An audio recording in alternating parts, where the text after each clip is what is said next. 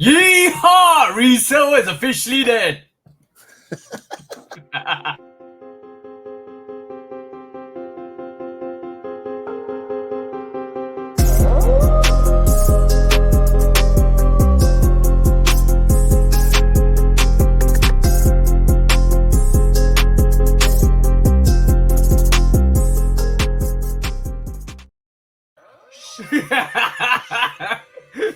Welcome back. Episode 35 is back on your radar. The Shoe Dog It Podcast. We're is. here, and we are late night recording today because basically we have time schedule issues, but we are still proceeding, still going through, and still coming back to Yeah. you guys to give you the latest information, latest noise in the sneaker world, and we're going in, guys. We're going in.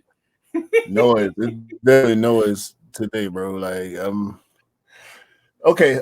Let's go ahead and go full transparency, right? So I just left from, and I'm gonna do this. I always hate doing this, but I'm in a different mind state, right? This is Saturday night. It's Saturday night. For you, it's Saturday evening. For me, it's Saturday night for you. I just left from the Atlanta Food and Wine Festival. So I just left from the food and wine festival. As you can see, Q is a bit intoxicated. Hey man, full transparency, bro. We're going full transparency here. And tomorrow I shout out to my mama. I'm not gonna say what her IG is, but she be on my IG. Y'all leave my mama alone. Shout out my mama. Shout out my sister, Q Lashley. Some of y'all might know my sister. We going to the Braves game tomorrow during the time that we would normally record the podcast. So we're recording early. Yep. And we here. And it's late night for you. I know you had a full day. It's evening for me. I've had a full day so far. And with us doing the podcast right now,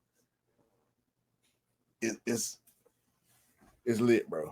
It's lit. I'm lit. Like my whole weekend on fire, bro. We never miss a heartbeat. We never miss a heartbeat on this chat, on this podcast, bro. Literally, I'm gonna say this. Like it's 10 to 11 here in the UK, and what time we're recording this, and it's probably like nearly 6 p.m. for you. Yeah. At the moment, yeah. So basically, 5 hour difference. We're still recording it. We're still like Q it's really funny. You was like, I can't make Sunday. Can you record Saturday? Shall we cancel? Our mindset response was no. He was like, why? You never want to miss a podcast. I said, yeah, well, I love it. I love doing this. And you returned back to me and said, so do I. Yeah. That's the passion we bring. That's the passion we bring. That's the thing, bro. But at the same time, and once again, we're going full transparency, right? I'm going full transparency all day because I got some shit to say. Excuse my language so early in the broadcast, but as long as your t-shirt stays on, no. We ain't going there. We ain't going there. But no. I was gonna say, like, doing this, like creating content, and we speak on this from time to time, but creating content, the grind of it. So sometimes I anticipate the breaks. If it's not break time, it's not break time. But when it is, I also enjoy that. And we've only had a few so far, and we're not gonna stop. We doing this for a reason. We got purposes, we got goals, and this is our passion. So it's not like I don't love it. I do. I love it so much that I can't describe how much I love it. You know what I'm saying? To be honest with you. And the support, and I got recognized today for like the fourth time at the Food and Wine Festival, bro. I got recognized. Dude walked up to me. You got recognized for the wrong reasons, bro. He tapped me on my shoulder, and he had my Instagram page pulled up, and he showed me. He said, "You be killing it, bro. Like, keep doing your thing." Blah blah blah. We dapped up, and bro. Yo, Q's getting famous out in these streets. You might need to put See, some like that's the same. That's the same thing. That's the same thing Black did to me, because Black was standing right, and my wife, my wife and Black was standing right there with me. Shout out to Black. By the way, hold on. I'm sorry. I'm gonna let me kill this story right quick, because I got to do this, bro. You got to give me a second. Go for it, bro. But I'm just entertained by you at this moment. No. But no, it was. I'm ready for it, and I think I feel like you feel the same way as I do, because we've been creative. This is not the first thing that we've done. I was about to say try, but it's not a try, because you do what you do. You do what you can with what you have to do it with, right? So to be recognized for what we do, and at this point is we, you know what I'm saying? I mean, my wife included, Retro Rick included, Mr. Miller included, Benzino included, Scott, E, Cam, Sneakers Fresh Out the Box, Jenny, everybody that has been a part of what we do. Yeah. You know, it feels good, but it's not enough. That's how I know what we're doing, and whatever you feel like you need to do, that go for everybody. Just do it. Exactly. No, just do it. It's not going to be easy. It's not going to be easy. And you're gonna have troubles. You're gonna have problems. You're gonna have issues. You're gonna have time management. You're gonna have money management. You're gonna have all of that. All of that comes part and package with everything you do in life. This is why I say, hold no regrets. Do what you need to do. Progress with your life and hit your goals. And every time I do a YouTube video, I always say this. Hope you're keeping a positive mental, physical attitude. Hope you're pushing your dreams, pushing your boundaries. And I really mean it. And I want you guys to go and achieve what your goals are. I want you to kind of think about your goals, think about what you need to do in life, and progressively work towards it, and try and achieve it and hit your goals. Because I want everybody to be great. It's not just us. And when we talk about all of us, we talk about all the crew, everybody that comes with it. I'm talking about it. Like, it was so amazing. We'll talk about what happened today, but it was so amazing to see Dell today. And I know Dell's the bro. He went a bit quiet and came back, and it's great to see him back. Today I went with him. We went round Oxford Circus, and things happened. We'll talk about things happening. But like, bro, I mean it for everybody. Scott, the Cam, E, me, you, Sneakers Fresh Out the Box, Jenny, everybody, people have not missed even Colorline Kicks. There's a lot of people out there. There's a lot of awesome people out there that need to progressively work and get to their goals and ambitions. And then I really do mean that. 100%. I say it face value. I cannot come on here to lie about things at the end of the day, because I truly mean it.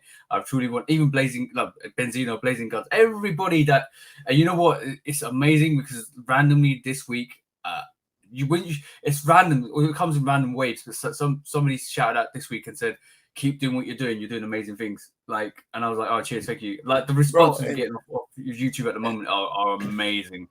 And that's what it was today. Like, I didn't feel no kind of way about the situation in general. Like, he walked up, he got my attention. I'm sitting there with my wife, my partner, and his wife. She was in line for something that we wasn't in line for, so we were standing there waiting for her to get out, get what she got and get out of line. And the guy just bumped up to me, got my attention, and just gave me encouragement. He gave me reinforcement. You know what I'm saying? Yeah, and it's always nice. It's always nice. The thing is, I think both of us are self-confident. We know where we're going to. We know what our ambitions are. We reinforce that with each other anyway. And on top of that, I have no doubt where I'm progressively what I'm going to do to get to where I need to be. So there is that self-confidence. It's not arrogance, it's self-confidence, because basically we have we have drive to do it, and that comes a lot with confidence as well. But when it's reinforced by statements like you're doing well, keep going at it, bro, it's encouraging. It kind of pushes you into a different gear. Your cue. More technical difficulties today on the Shootout podcast. Well, we'll see if we can get Q back on. Yeah, I can hear you, bro. Yeah, you're back. You're back. Okay, you're not back. Bear with us. We'll be right back. We just lost Q again.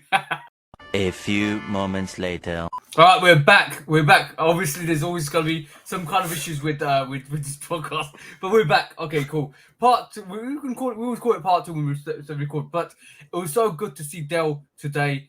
We went out, we kind of went to Oxford Circus, we let it look around, and there's a reason why I said in the beginning of the podcast, resale is officially dead, bro. So let me think. Because the schedules get mixed up. By the way, it's been some stuff popping up. I know we did. We always do release videos at the top of the month, but stuff been popping up randomly. I can't think of what it might be outside of the threes. Okay. The Dark Iris threes, maybe. No, the Fire Red threes. Okay. Is that what happened? Something happened with some Fire Red threes? What, today? Yeah. Yeah, of course it did, bro. so okay. Let's talk about this. So we know the Fire Red threes came out last week, right? So basically, right. we know that I accidentally copped another pair. So there's 6 pairs. Or there's another pair coming from Sneaks and Stuff that's coming. I copped 5 pairs. One by accident from N Clothing. So it's 2 pairs. I've got 8.5 and a 9.5 UK extra. Somebody reached out. One of the bros reached out to me today, or yesterday actually, and they said if this is a spare pair, if there's a spare or pair or 10 going around for Fire Reds, can you check for me? I would like. One of my mates wants it. That's fine. I'm going to Oxford Circus today, which is Saturday time recording. And then one of the other bros said, "Okay, I'll need a crepe hemp Air Max 1 in size 9." I said, "I can check for you when we go out there."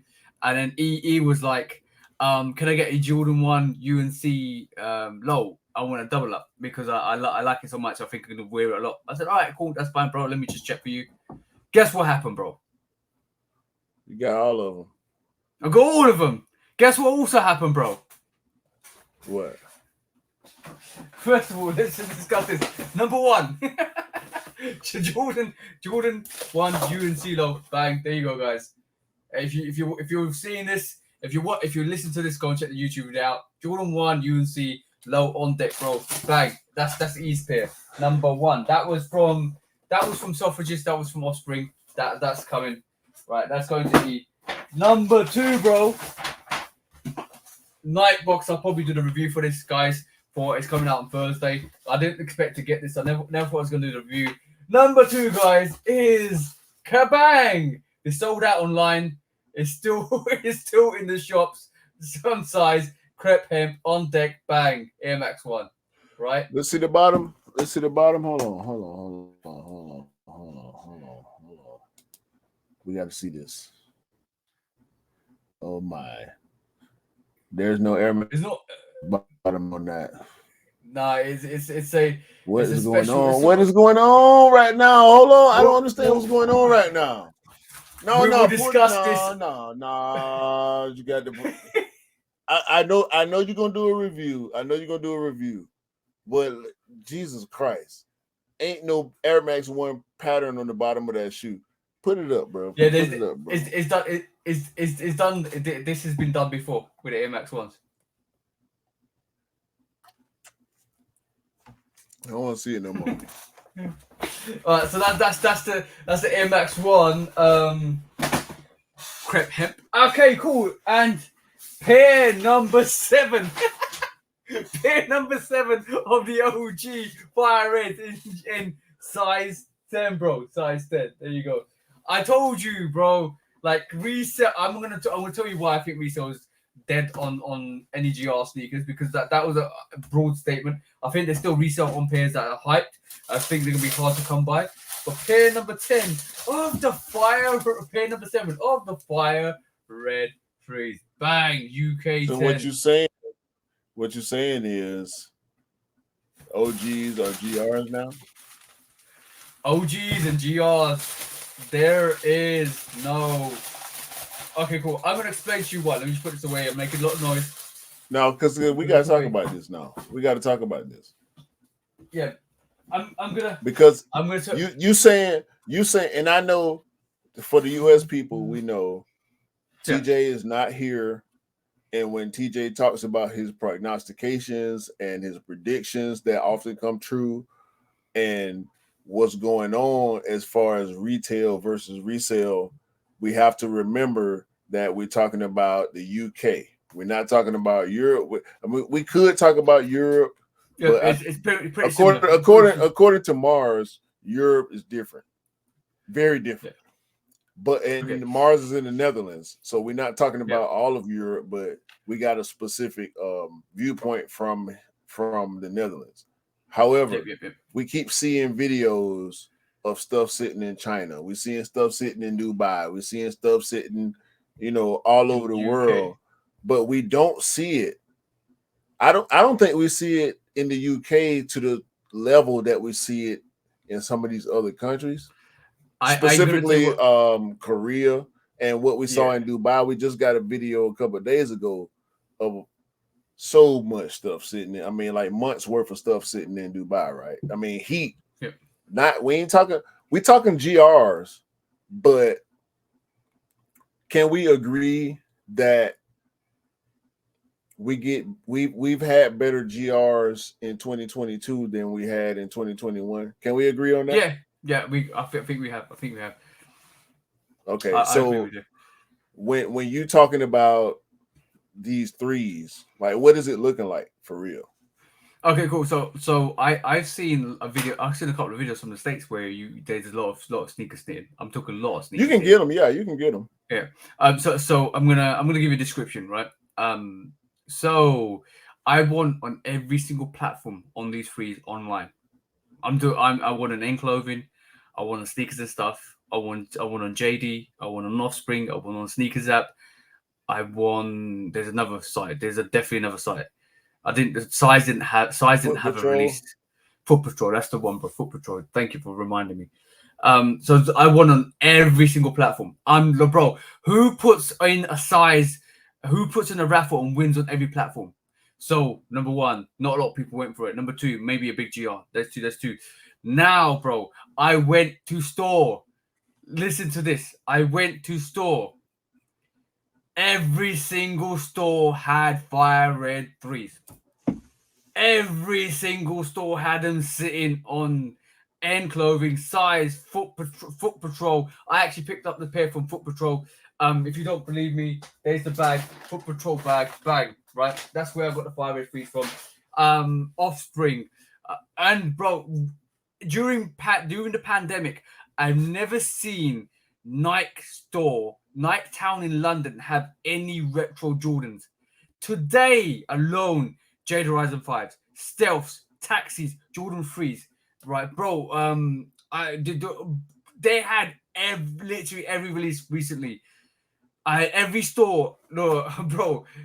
I'm talking about Foot Patrol. Foot Patrol had Citrus 7 still out there, bro. Foot Patrol still had Midnight Navies out there still. Foot Patrol still had Georgetown 6s out there, bro.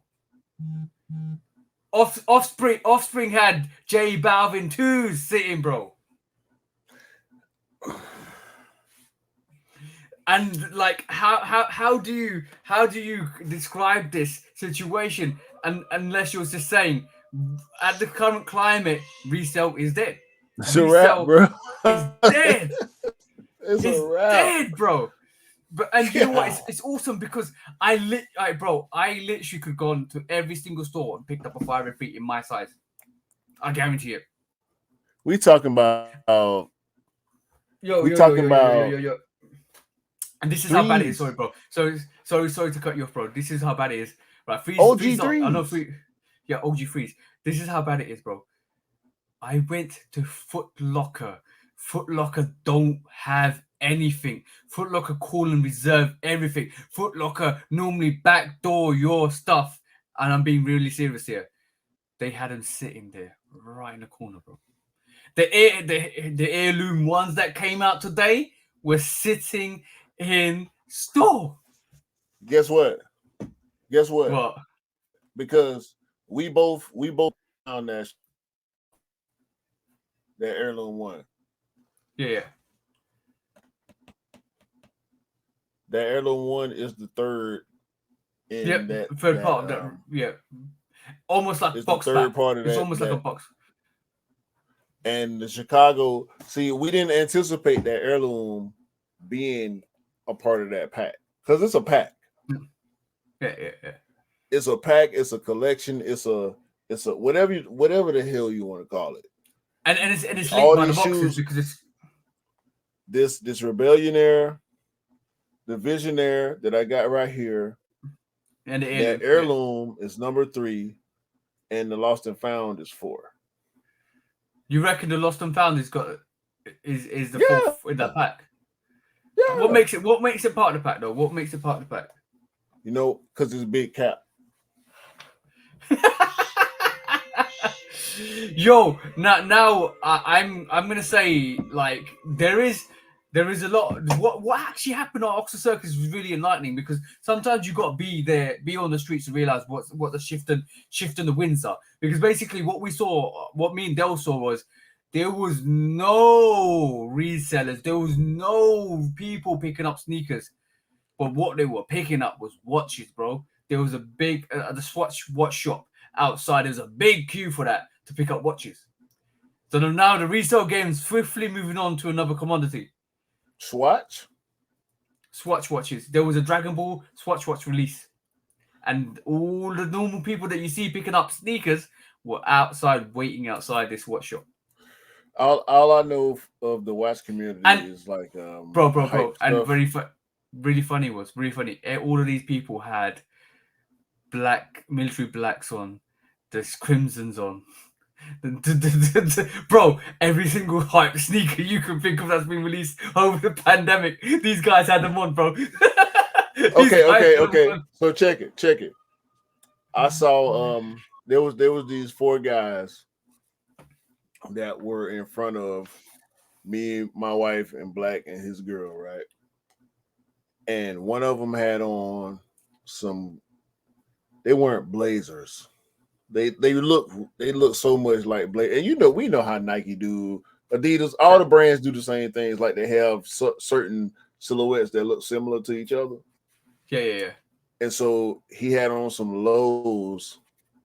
They was clean, bro. They was clean as hell. I think there was some Janowskis, white and blue, all white with blue trim and blue highlights and whatnot.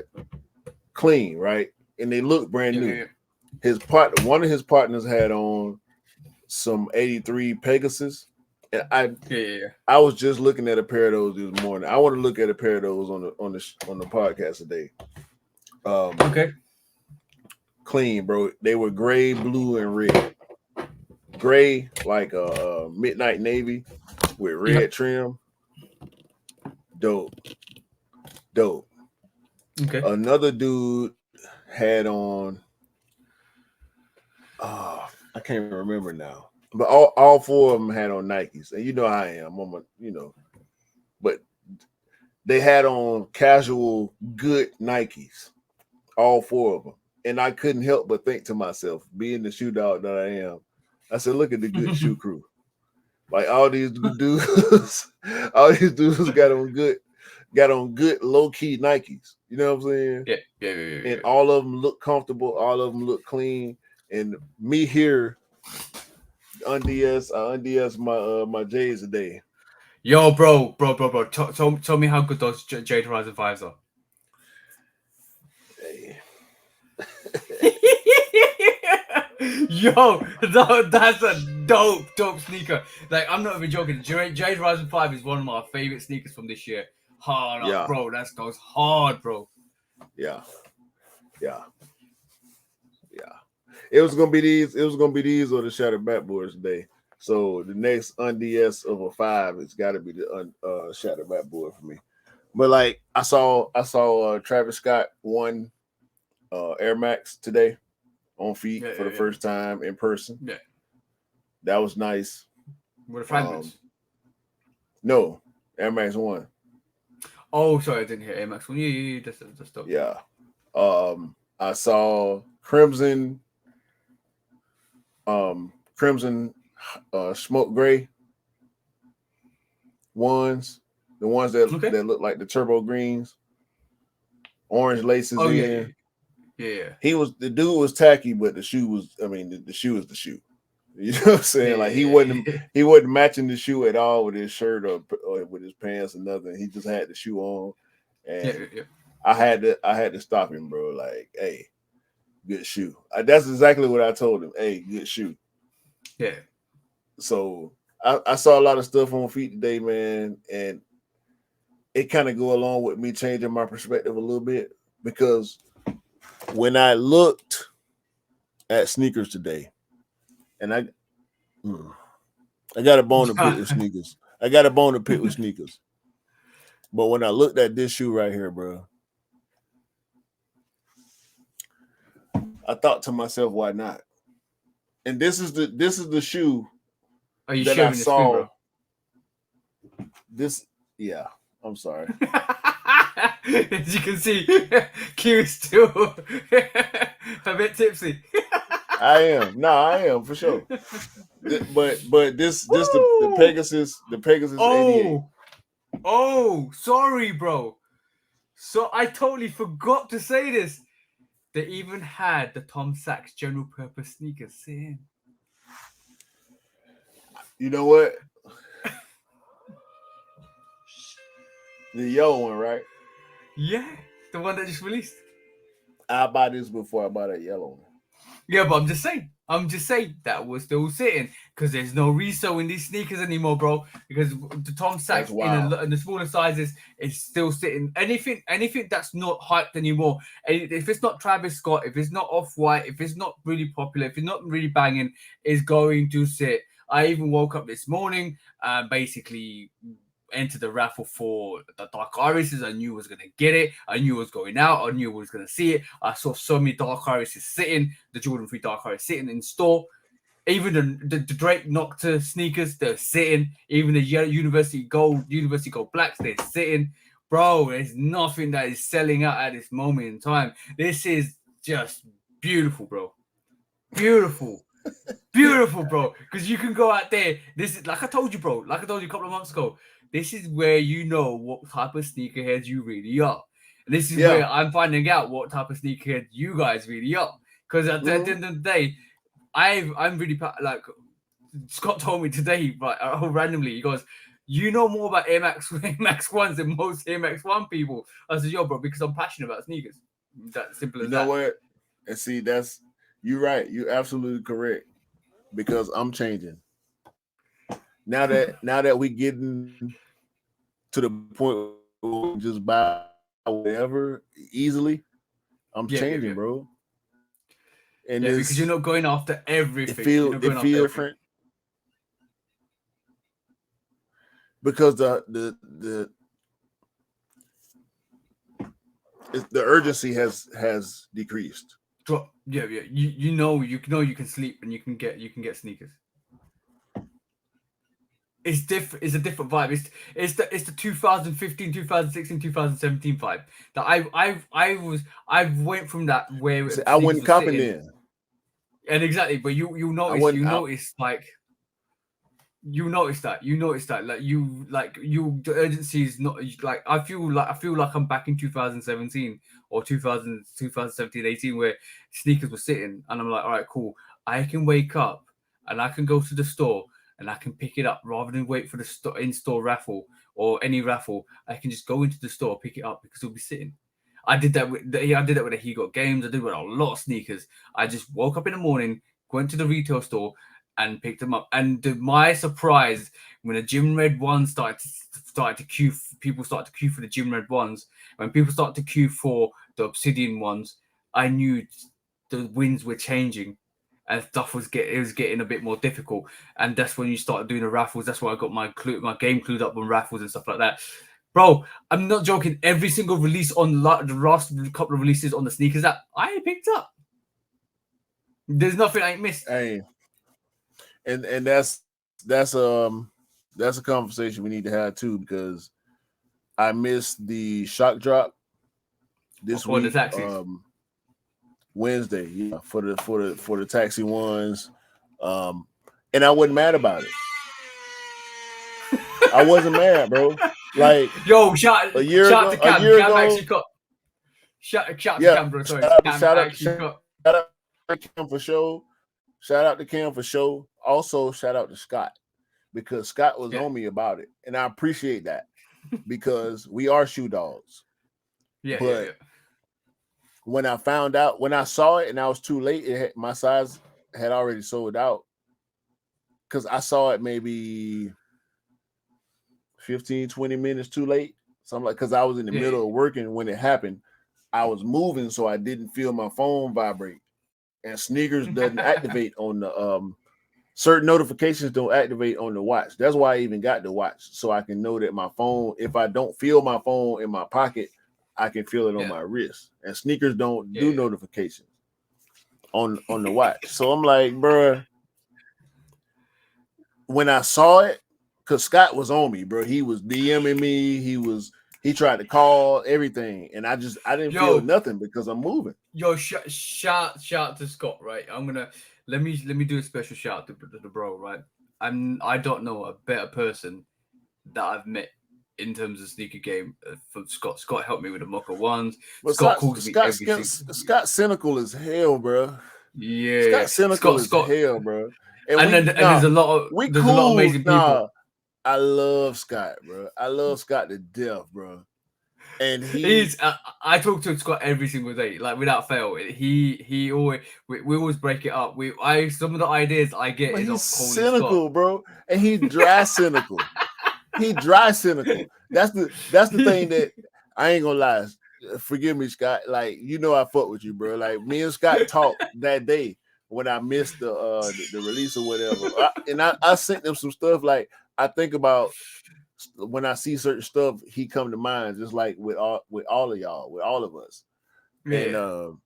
And I chopped it up with Scott for a good minute this week. You know what I'm saying? Like, I love Scott, but he be so cynical, dry, bro. Like, he'll say something, and it's the biggest joke in the world, and he sound like he dead serious. Yeah, bro. I love that vibe. The thing is, he could wind you up. He could proper wind you up, because basically, bro, I've had an occasion when he said something to me, and I've actually thought it was serious, and he was like, "Yeah, yeah." Now he be, bro. I be ready to flip out. I'm telling you, I be ready to flip. Scott say one thing, he can say 4 words. And you be ready to, bro. I be ready to flip my whole room around, bro. Like, what is this man talking about? Like, why would he say that? You know what I'm saying? He ain't thinking about what type of mind state I'm in like that. He ain't taking my feelings into consideration. It'd be so crazy, dog. But shout out to Scott, man. He was on me, bro, man. He was on me, man, and I appreciate that. Because had I caught what he was trying to send at the time, I would have got the shoe. But at the same time, I was like, you know what? This ain't 2020. Yeah. If I can get my hands on Rebellionaires, I can get my hands on those. If I get my hands on Pollins, Electro Orange, like all the good, not all of them, but most of the good ones, I still ain't unds my Craftwork handcrafted ones. Oh, like dope, patchwork threes. Like, I can get stuff, you know. As long as I put in the work that I need to put in, and that's what's not going to change. If I really want something, I'm going to put in the effort, and I know that works. It worked during the time where stuff was hard to get. So now that stuff isn't so hard to get. Yeah. And the thing is, I definitely say, by the way, all the pairs that I get, I basically give to the bros for retail. So all the pairs that you just saw, like basically UNC ones and the 583s and the Hemps AMX ones, they go into the bros and they go for retail, because at the end of the day, that, like I always say this, and I think we both always say, we will both always mean this when we try and get pairs for people, is if we do it for the love of sneakers, but it's also because basically we want to make sure that the right people that want to wear the sneaker actually get the sneaker. And even though it's a bit easier, and even though some of the bros, I'm gonna say this, some of the bros are too lazy to go to the store because they need to get off their ass and go to the store, right? But That's half pairs the are out time. there. Pairs are out there.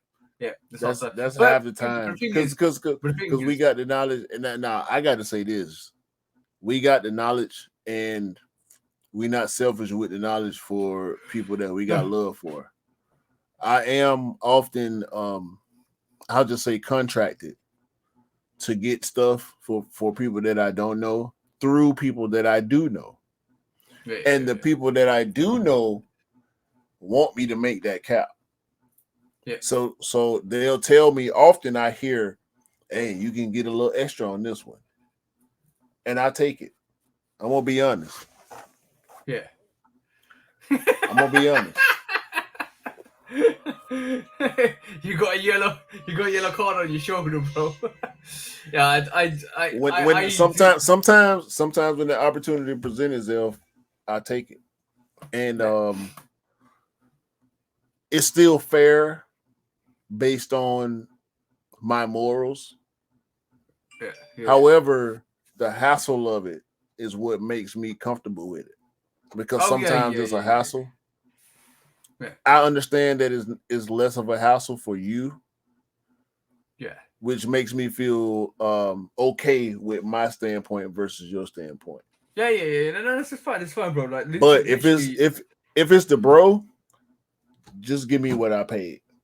Yeah, exactly. It works in both ways at the end of the day, because like if I'm out there, I'll go. I'm not like if I'm specifically going out, or if I have to make time to go out for my way. Like one of the guys that I actually got the 503s for, I'm meeting up with him on Monday. And he offered me one of his t-shirts. I'll get your t-shirt, bro. And I said, no, that's fine, bro. I don't need shirt, it. Bro. He said, no. The shirt, bro. Hey. No. What he said was, no, I'm giving it to you out of love because you look out for me. I said, bro, you don't need to, but thank you anyway. But you can't tell him. You can't tell him he don't need to, because that's what he needs to do.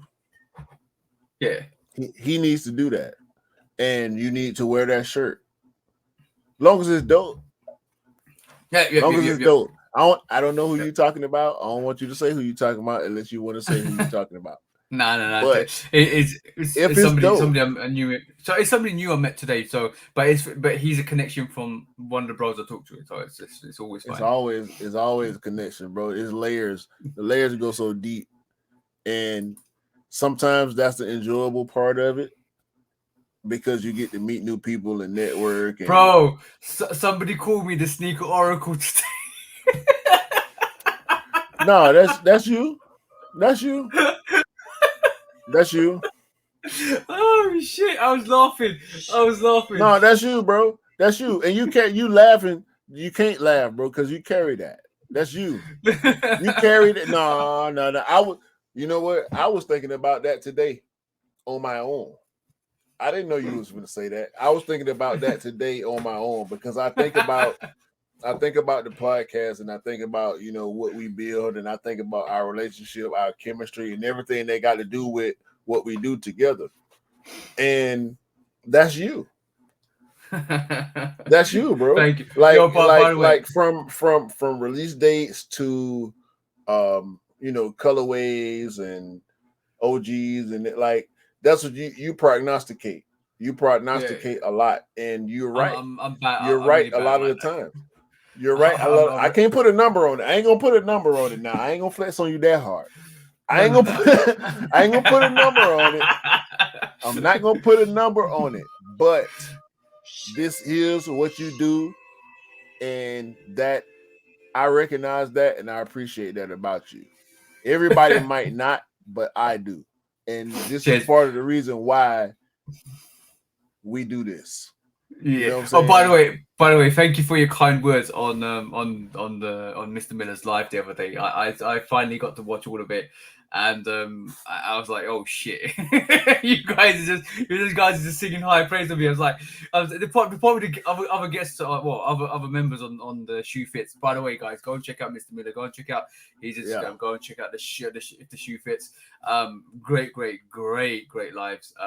And this is coming from me that actually does lives on Instagram with the straight to the toe as well. I can tell you guys, great lives, definitely worth a watch. And I was humbled by what you guys were saying, but also on top of that, the other guests were probably like, "Who the hell is TJ?" No. They know who you are. They might not know you as well as obviously as well as Miller and I do, but 2,000 years later. Again with the technical difficulties, but we're back. We're fighting back. Again. You know what? We're working through. It's last couple of episodes have been technical difficulties, but we'll work through them. And we'll kind of keep progressively working through them. But from you wanted to discuss something, didn't you, bro? In terms of I was saying everything I was saying to get to this. Oh, the sneaker ball masquerade. Yeah. Listen, for this obviously is happening in Decatur, Georgia. It's local to me. People in Georgia and the surrounding cities of Atlanta, we need y'all to pull up. There's only it's limited spots. There's only 60 spots. It's gonna be less than 100 people there, but the people that want to be there are the people that we want to be there. Yep. And I'm gonna say this right now to everybody that's watching that is thinking of attending and or will attend. Is I'm coming Voorhees, like it's Freddy Krueger, Jason Voorhees, Michael Myers, whoever you think about when you think about death, you can go ahead and apply that to me when I walk into the sneaker ball. Why'd you say that? Why'd you say that, bro? I need blood. I'm coming for blood. I'm coming for blood, bro. My name on this. My name is on this. I'm coming for blood. See it. I can see your 808 Kicks ATO is on this. So I'm coming for blood. I'm not sneaker ball. I ain't coming to play with y'all, bro. Listen, it's for charity. It's a charity event. Shout out to Reginald Black Martin, the bro. Big bro, you met Black via me. Let's Go Here, nonprofit organization. They do a lot locally, and this is just an evolution of what Let's Go Here has got going on. So this is a charity event. All the proceeds go to a charity. Forgive me because of my state. I can't remember exactly what the charity's name is, but it's a children's charity. Yeah. So we're coming out. That's fine. We'll find. We'll allow you for that. We're stepping out. We coming correct. We're doing grown people things with sneakers. If y'all get what I'm saying, we coming suited and booted, but we having sneakers instead of flat bottoms and heels and whatnot. So it's gonna be a dope event. You're gonna see a whole load of Jordan 11s watch. Yeah. I expect to see a lot of 11s, which is why I'm not wearing 11s. What are you wearing, bro? Look, give us a hint. Give us a hint, bro. Give us a hint. No. He's gonna wear his black metallic 5s. I'm telling you this. I'm not wearing my black metallic 5s. I'm not wearing my black metallic 5s. I'm coming for blood. Oh, okay. I kind of know what you might be wearing, but I will leave that as a secret. I'm not gonna say anything. Okay, cool. No, I'm posting the pic. I'm posting the pic for sure. Y'all gonna see the pic. Yo, me and my wife. We do, yeah. So my name on this. We don't play around. We don't play with our names, bro. I'm not playing with my name. You know what I'm saying? So yeah, I'm coming. I ain't got nothing else to say. It's gonna be a situation. Q just got really serious. Y'all ain't seen you ain't seen me like this, bro. I don't do this. You know what I'm saying? I don't do this regularly. So yeah, it's gonna. I got Come on now. Let's see. Okay, cool. On to more finer details. Let's go and talk about this situation here, because basically there's a lot of things that come out this week, and basically I'm gonna look at first of all. I know you got troubles with sneakers. That we'll discuss that right at the end, because I think we might take the sneaker call. But there's another subject I need to take the sneaker call as well, bro. But let's talk about backdoor part 2, bro. Let's talk about this situation with the trophy room 7s. We're gonna see is going to be an absolute balls up. What did you guys have not seen the pictures of the trophy room 7s? This is basically coming out. This trophy room 7 is basically coming out soon. I think October time. And this is what was showcased this week just gone. Marcus Jordan is taking your favorite sneaker, the Jordan 7. Anybody's favorite sneaker, the Jordan 7. Taking the Barcelona 1992 Olympics into account. Taking that scrimmage game pre-Olympics with Magic and Bird and Barkley. Basically, it was really Barkley. Barkley, Bird, and basically going in and remodeling the Jordan 7, giving it the Cardinal 6 vibe with the underlay panels, with that red underlay panels. I don't think so. I think it looks a bit Cardinal white. The Cardinal 7 is all white. You thinking about the Carmine 6? Sorry. I forgot. It's a Carmine. Yeah. Apologies. They gave it a Carmine treatment for sure. Yeah. Yeah. I'm getting too excited to hear it, because I'm literally vibing. I do mean the Carmine 6s, because it's got the red underlay panels, and also on top of that, bro, right at the back of this sneaker is something really interesting to detail. The gold medals that come with it. It's dope. And I like the box as well, to be honest. The box inside box has got similar to the PSG 4s. It's got the basketball court inside the box. That's the trophy room 5s had the hardwood on the inside of the box. Also, and this a goal. This is a goal, bro. Yeah, but June 22, 1992 is when that. I don't want to hear nothing bad. I don't want to hear no bad. I don't want to hear nothing bad about this, bro. This a go. Oh, by the way, new sheriff in town is what Michael Jordan said in that game against Barkley and Bird. This is a goal. Okay, cool. The question is, bro. Are we gonna see the same situation with the trophy room 1s, bro? Possibly. Possibly. Of course, it's possible. I don't think so. Not quite to the level that we saw with the 1s, because the 1s were at the height of their power. They were at the height. The 1s were at the height of Jordan 1 high OG hype when the trophy rooms came out. The 7s have never been anywhere.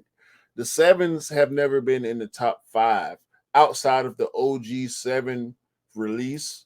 Before there was an 8, before there was a 9, before there was a 11. You know what I'm saying? Yeah. The 7 has never been in that stratosphere as a retro. This is there for me. We're in the anniversary of the 7 at the moment, right? Now that's why it's necessary. I agree with that. We're in the anniversary of the 7. We're gonna get the Cardinal 7s coming soon. Well, the sounds like Travis Scott is doing a 7 as well. And it looks like Trophy Room's doing a 7, which is great. Which is great for the 7s. But is this redemption or is this another situation? That's the question, bro. This is the question. No, but see, we can't mix feelings on this, right? Some people like the trophy room one. I'm not a fan of the trophy room one. Would it be cool to have? Of course. Is it a shoe that I feel like I really want? No. As far as hype is concerned, and this is what we got to check ourselves, right? And I can exclude you to a certain extent. I can exclude you. But if you had a chance to buy trophy room 7s for retail, I think you would. Am I wrong? I think I would. I think Right. I So like the vibe. I like the vibe of these sneakers. I don't. The thing is, the sevens. To me, the 7 is not hyped. I'm gonna say this off the back of. I'm gonna give you examples. I'm gonna say this off the back of the Flint 7s. I'm gonna say the back of the PSG the PSG 7s. I'm gonna say this the back of the Citrus 7s. I'm gonna say the 7s aren't hyped, bro. The 7s aren't hyped. But see, I'm excluding hype because you have to, because we're talking about a 7. I'm sorry. I took your screen now. If we're talking about 7s, you have to exclude hype. There is no hype to be found when we're talking about Jordan 7s. There is hype to be found when we're talking about trophy room. So when you put the two together, I don't think the hype amounts to this is going to be one of the most difficult shoes of the year hype. The Travis Scotts were harder, will have been harder to get than this 7, I think. I don't. This is a dope. I don't think there's gonna be resale on this, bro. It's gonna resale. I don't know. I depend. This is all dependent on the amount of pairs that are released. This is all dependent on the availability of the sneaker, and it's also ain't gonna be that many. It's gonna be a caveat. I'm gonna caveat what I say with this because I know the trophy room 5s weren't hyped. They were kind of easy, readily available, and then they were just spiked up in price. The trophy room the 5s and the 1s were different. The 5s, the friends and family 5s, and the 1s obviously were different. I mean, the one is a 100%. Phantom. The Phantom is the trophy room 1 is a ghost sneaker. We agree on that. Bro. Let's just do Mythbusters. Did the trophy room 1 release? No, wait. So no, bro. What I'm saying is because the trophy room 1 was such a ghost. And it cost so much money. And it's been faked so many times, and we saw the pictures with this one dude with 100 pairs and blah blah blah. They can't be stupid enough to do this again. Now, Miller mentioned Marcus Jordan not being anybody to us, meaning the sneaker community, the people that's actually going after these shoes, and we attach the value, we attach the hype to it. Yeah, I agree with that. But this is why I called it. Is it the redemption sneaker? Is it the sneaker that redeems Marcus Jordan? Because basically, if the people want this, if the people that want the Jordan 7 get the Jordan 7, they might change their opinion on Marcus Jordan. If the release is done right, they might change their opinion on Marcus Jordan.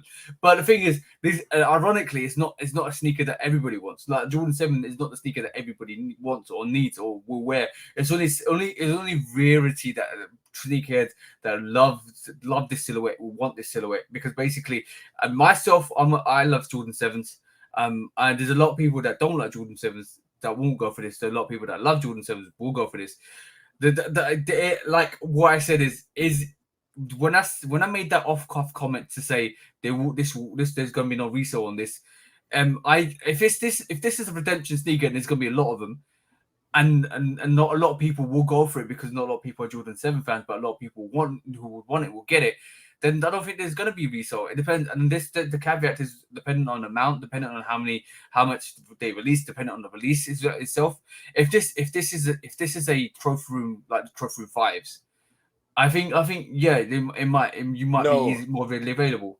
I think a better comparison would be the Trophy Room 16. That's the one. If it's like a Trophy Room 16, then yes, it'll be easy.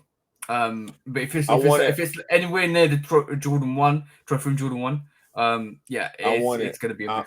I want it. I want it, bro. Suede, sail, suede. Yeah. It's gonna be hard. Like, it looked like short. It looked like real short hair suede. Like, yeah, it's gonna be really hard to keep clean. It's gonna be really hard to keep clean. So I like the fact that they did the Olympic 9 number and the Trophy Room 9 at the Trophy Room symbology at the back. That gold badge on the back is everything. But bro, they got a gold Jumpman on the side as well, and they got Michael Jordan's signature on the top. Bro, I got gold Jumpmans on 7s already. Yeah, I know. But I'm that saying that badge and that Olympic color stripe is everything, bro. In that box, like, everybody ain't a box person. I understand that, but we box people. I'm a box person. Yeah, that's crazy, bro. That's crazy, bro. There seems to be a sketch pad that comes with this. That's not showcased on this. Listen, I want this shoe. It ain't. I don't care. I don't care about what Marcus did. When it comes to this, I don't care about what Marcus did. I'm still not the biggest fan of his. I can't say I'm a fan at all of his. I'm indifferent about Marcus. I don't hate him. I don't love him. Trophy Room, I wish. I feel like Trophy Room should be a lot further along as a retailer than they are. I feel like Trophy Room should have multiple stores. Trophy Room should be further along than Amamanier is. Yeah, but Amamanier is more at this point. Amamanier, at this point in time, Amamanier is more widespread than Trophy Room is, and I think that's a shame. I think there's only 2 Trophy Room stores, and with Amamanier's social status, APB and Prosper, they might have like 7 or 8 stores. Amamanier's done bits over the years. Of like literally, I would say they've come a long way. Long way. I think Marcus can learn from other brand ambassadors and owners and marketing people. He can do better, but this shoe is dope. I'm not gonna let the reputation behind the Trophy Room 1 situation deter me from liking what they produce. This is a dope shoe, and I want it. I'm gonna go for it. I want it. I'm gonna go for it. And let me just rerun Mythbusters if you didn't hear it last time. Did did the Trophy Room 1's release? No. They didn't. I just hope it's not that situation. I literally hope this is redemption, and I literally hope everybody that wants this sneaker, everybody that wants the Jordan 7 Trophy Room actually gets it. I'm gonna be honest, it's a dope color blocking, dope colorway. It's nice. I think it's dope enough. I think it's dope enough to have one of those type of situations occur. Do you reckon? Yeah, I think it's dope enough to have one of those type of situations occur. I don't think the climate lends itself towards something like the one situation happening. But I can see it because of how dope this shoe is, and that's my personal opinion. I like 7s. You like 7s. We know a lot of people that like 7s, but this is undeniable. This is undeniable, bro. It's that shoe is dope. That shoe is dope. Yeah. We will see what happens with that release. Next up, I want to quickly touch on this. Next up is a very good story. It's a big come up, very big come up, and I'm glad I came across this week, and it kind of just showcases what hard work, dedication can get you. Let's start this with a round of applause. Because, bro, Steph Curry just got a Billy. Steph Curry's about to get $1 billion lifetime contract with Under Armour, bro. I mean, he they workhorse. He is their Jordan. He is their yes, bro. he's their Yes. Kobe. This is shout out to Steph. This is epic. This is a monumental time in history. This is epic, bro. You know why this is bigger than it appears, in my opinion, is because Allen Iverson is the last quote unquote NBA small guy. Yeah. That we've seen do this. We had Chris Paul with Jordan, but we know outside of the PEs and retros, the Chris Paul silhouette didn't do that much. The Melo silhouette, the Westbrook silhouette. Yeah. Steph Curry is doing stupid numbers, bro. And I don't even, it's unnoticeable. It goes unnoticed. Yeah. But he's doing it still. Just because we don't talk about it or we don't see it that much, don't mean it's not happening. And this huge, bro. Like for Steph Curry to be the type of player that he is and garner the type of attention, and his reputation precedes him. Like he's known for winning. Like exactly. And who's the last person we knew from winning? Kobe. Who's the last person we knew before that? LeBron. Jordan. Who's the last? LeBron. Exactly. These are superstars in their game. So another round of applause for Stephen Curry. Yeah, absolutely. When I read this, when I read this, it brought a smile to my face, and I was Steph Curry is an everyman. Yeah. It brought a real big smile to my face. I was like, "Yo, that's epic. That's absolutely cool. That's absolutely fantastic." Steph Curry, you deserve that. You deserve that. It's so good to see somebody get their comeuppance. 100%, bro. That's big, bro. Look, let me go off because I know. Go on, bro. So I opened sneakers today, right? Yep. And the first thing I saw on sneakers, I saved it. I can't pull it up right now. I'm not even gonna try. I got a survey. I know some of y'all got that survey too, because we check sneakers. Look, we sneakerheads. Yeah. We go to sneakers from time to time because we know we're gonna see the updates and whatnot. And I got a survey. Nike sneakers app was asking if you think the process is fair. Oh no. Here it comes, bro. Here it comes. Go on, bro. What did you say? So I answered modestly. I'm not gonna lie. Because I'm at this point since 2019, I'm probably 50-50 on sneakers. I started off hot because I had a new account, and this is the perception. You got a new account, so they let you hit a lot, right? Yeah. That's the perception, bro. In 2019, I started off slow. 2020, I caught fire. 2021, I was still getting maybe 70% of stuff that I tried for. Okay. And it started to change. Towards the end of 2020, 2021, not so much. Which is fine because all the local raffles I've been getting. Yeah, I'm hitting good, bro. And I told Scott, I think I put it in the group chat, but I know I told Scott personally behind the taxi situation, the taxi shock drop situation. Yeah. Probably a good 65-70% of my collection is not from sneakers. Yeah.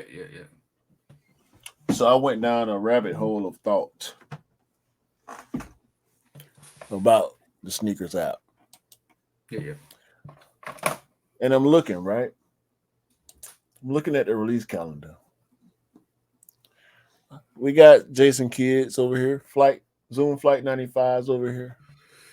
We know KO's came back. KO's we going. know KO's are going on sale here. KO's are going on sale here. Yeah. Here too. Certain people like KO, certain people don't. It's okay. We got Kukinis, Air Kukinis. We got dunks. We know we're gonna have dunks. These 5, by the way. I think we talked about these, right? Yeah, they're fire. These 5. I like those. We got more dunks, green dunks here.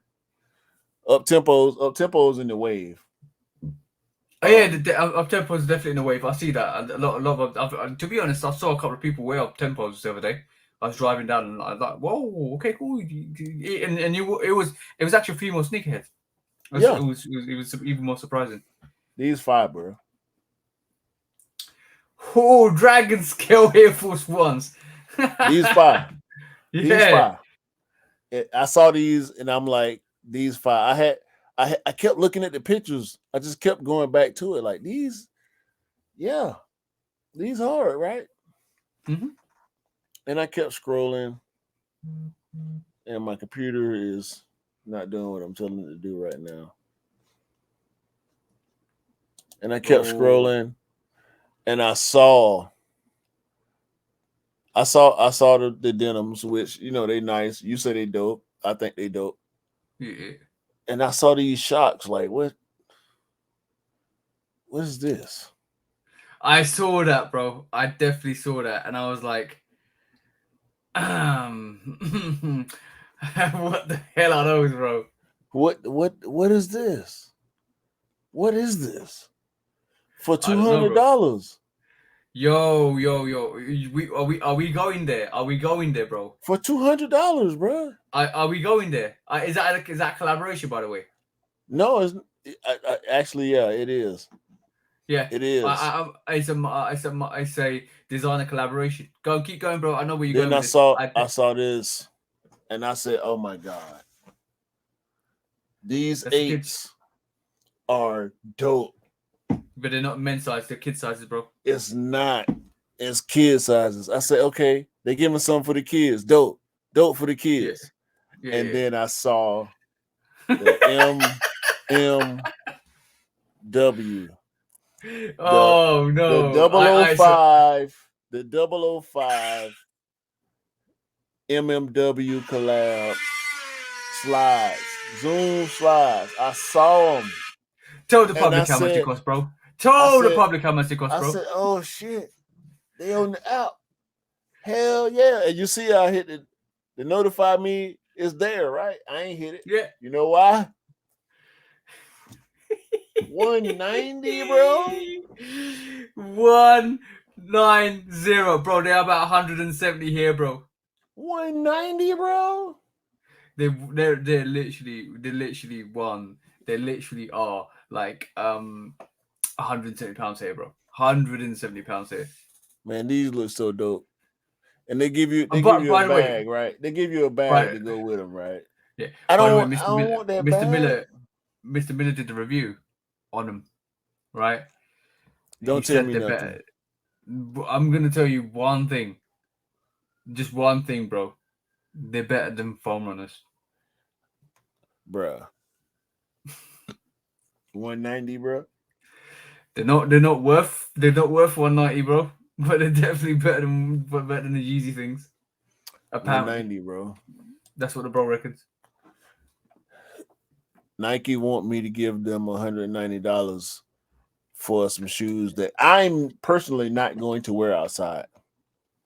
Indoor slides. That basically reminds me of the Fear of God slides that cost the same price, bro. The Fear of God slides, the Fear of God is now regarded as a high-end designer. They cost the same price as that. That is a slide, bro. That is a slide. These hard, bro. I told you, I DM'd you about this. These hard, dog. Is that your Nike bias though coming out? I felt like it initially. I felt like it was my bias, but now I feel like it's not, because when I first saw it, I liked it. When we saw the green one first, Yeah. and I told you I want that as soon as we saw it. I'm gonna just recommend. These are dope. I'm gonna recommend not for 190, bro. I can't give them 190. I'm gonna recommend one thing to you guys is we may see a general release for these rather than just being a collaboration, MMW collaboration, which is the Matthew M. Williams collaboration. Yeah. It's I feel maybe we might see a regular slide 005 slide come out, and that might be cost a little less. But I think this is like what Nike do is to start a new innovation or a new product or a new silhouette with a collaboration. They haven't done it for the Scorpion Air Max, which is unique. No, that's just a silhouette. That's not a collab though. Yeah, but they did the collaboration. They did a lot of collaborations with the Jordan 2, a lot of collaboration with the Dunks, a lot of collaborations to bring out new silhouettes or same silhouettes. But so you calling this cap? I'm calling it a cap. I think maybe in the long run you might see as a 005 slides a bit more, but not with a collaboration. See what I'm saying? So I ain't got 205 for this, bro. 190 with taxes, 205.21 in my county. I know it by heart, dog. I ain't got 205 for these. So, they don't. I love them. But I think you might get a 005 slide in the future without collaboration, which probably will be $100, maybe potentially. Do I got 100 for him? But would you give him 100? That's a good question. I don't think that's I got a good 100. question. Now you mentioned that, bro. You mentioned that collaboration with MMW. We mentioned the Fear of God. We're mentioning. Let's just mention the J Balvin's then. If we're going that route, the J Balvin. I ain't got 300. That this is what it's all about. Like now we're seeing every brand doing high-end fashion. Adidas did it with the Gazelles. Dior was the start of it. The Dior Jordan 1. Yeah. Now every time there's a high-end fashion collaboration, we're seeing it, bro. We're seeing that price crunch. We're seeing that price rise. We're seeing it, bro. We're seeing it. By J Balvin 2s. Are the J Balvin Jordan 2s worth $270 or $300? I ain't got it. Sorry, I ain't got it, bro. And that's the reason why this is where I'm at. That's the reason where I'm at with it, bro. Like, is the sneaker cool? Yes. Is it dope? Nah. I can make that distinction. It's cool because of the lights, because of the cloud graphics, you know. Oh, by the way, graphics. Because of J Balvin, the person. Yeah. It's cool. J Balvin's not really known. J Balvin's not really known in the UK like he's known in the States. But let me just put it this way to you, bro. Right? Once that light runs out on that tongue, me and Del open it up. How you gonna replace that battery, bro? You got to be an electrician, I guess. Because do it charge? There is no way you can get into that battery unless you cut that tongue. Yeah, and to do that, I mean, you got the machine, but is it worth it to replace a battery? So, but it's one. It is one of them pairs, though. I think it is one of those pairs. That we, maybe not us in particular, but people will regret not going for in the future because of what it is.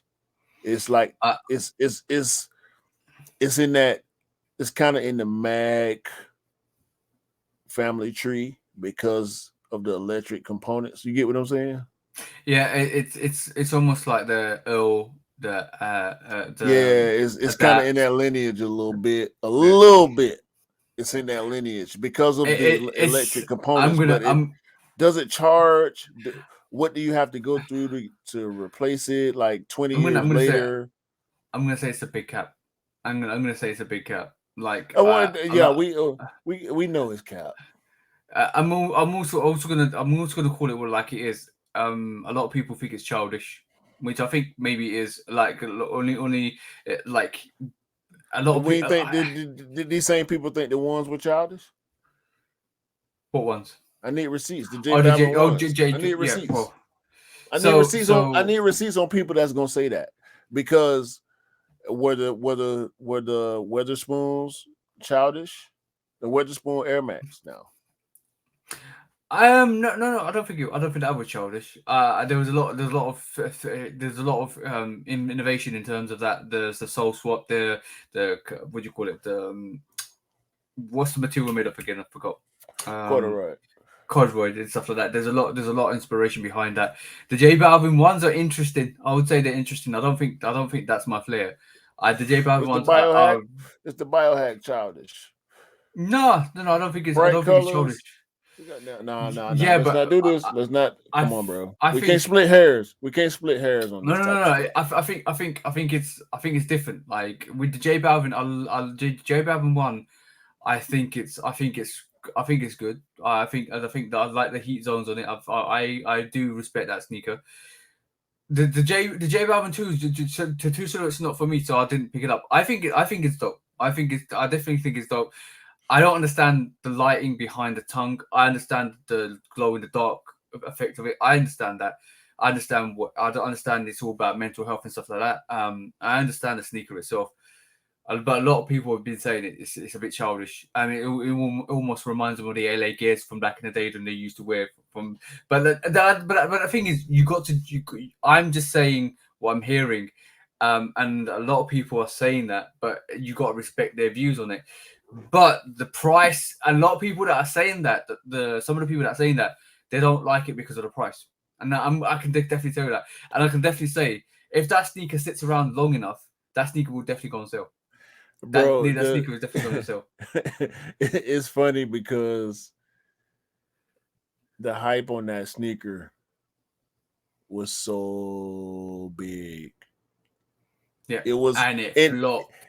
In this era that we're in now. Granted, hype ain't what it was a year ago, and we can reference this for a long time. We will reference this for a long time. This era that we just seemingly exited out of, the big hype era, and then we still see it with Dunks and Travis and whatnot. I'm on my ear and the like, but the hype on this sneaker was so huge, and it came out and it was like another release. Yeah. You know, I'm gonna give you a great analogy. It's almost the sneaker releasing. I don't know how you can say this. The sneaker releasing was almost like a fat guy belly flopping into an ocean of custard pie that splashed all over the designers and gave them some splashback, and it wasn't water, it was custard and foam. You know what? The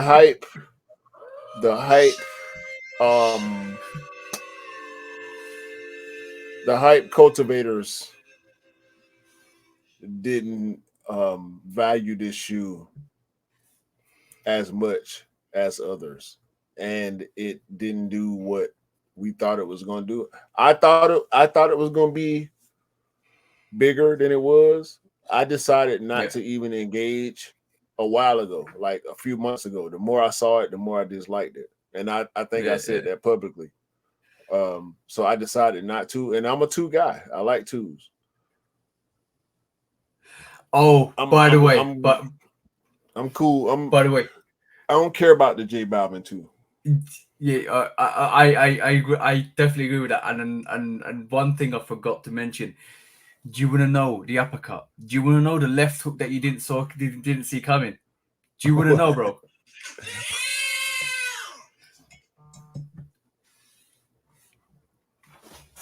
I have to show you.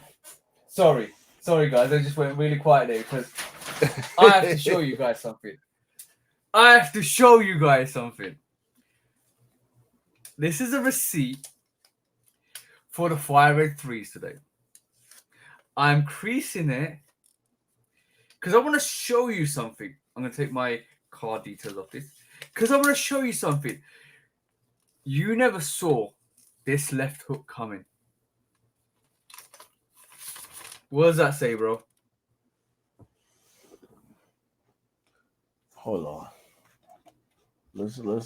What does that say, bro?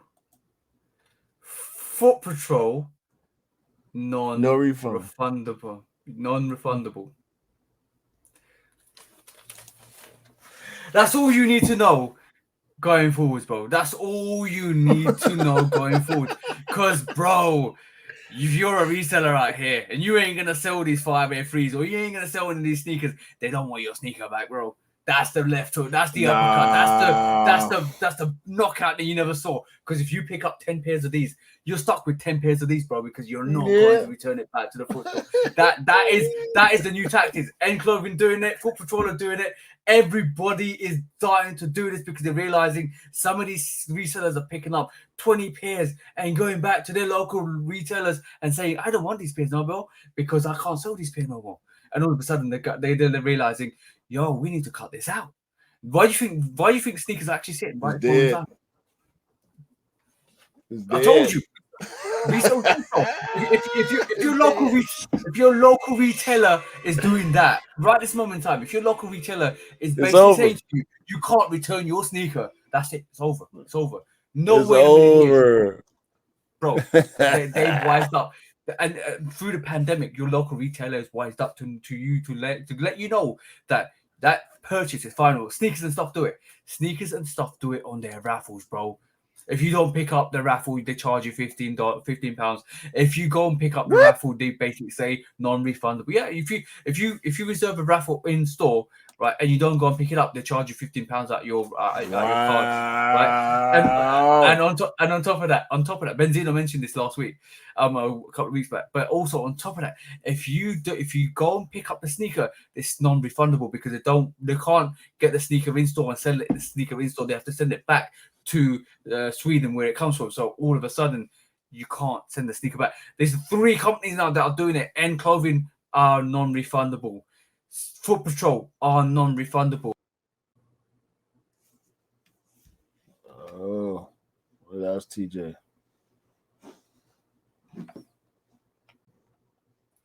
Sorry, bro. I don't know. They cut me off. Sneakers and stuff are non-refundable, bro. Like literally, you got 3 companies that automatically have gone to the non-refundable margin where you can't return your sneaker. It's only a matter of time before everybody adopts that philosophy, and all of a sudden, the sneaker that you buy is a final purchase. You cannot return it. There's no more 28 days. There's no more 2 years. There's no more nothing like that. Ooh, I'm going mental here, bro, because I'm knocking everything over. Because, bro, the resale is gone out here. The resellers, the companies have wised up and said, yo, Mr. Reseller, you ain't returning your sneaker no more.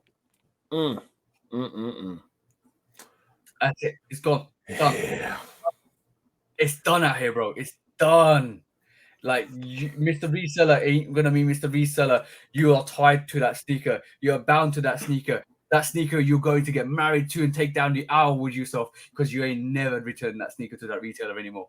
100%, bro. It's gone. Hey, man. That's why I adopted the philosophy a long time ago. If nobody asks me for it, I'm not buying it.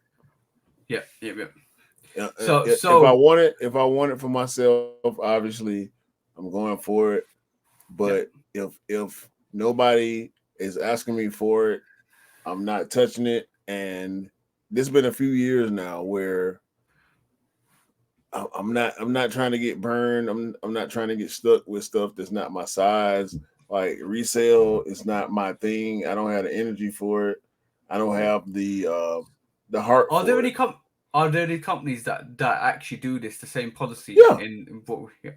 It's fine. It's bro. Companies have learned. Remember that picture we saw a couple of months ago, maybe 3 months ago, where this guy was returning the infrared 4s to the shop. He had hundreds of pairs.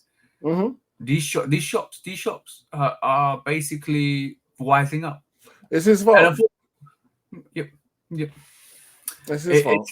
It's done, bro. Like, and this is why a lot of resellers ain't going back to ain't purchasing sneakers, because like most of these resellers don't know if there's gonna be loads of pairs of these, there's gonna be limited pairs of these, there's gonna be enough pairs of these, and when I talk about resale, I'm talking about short-term resale, because long-term resale still exists. So it's like I'm not even no capping with you guys. The Fire Red 3s, in about 2 years' time, it's gonna be worth 350, 400 easily. Easily. And that's long-term retail. But a lot of these new resellers, a lot of these young resellers, they ain't got capital like that.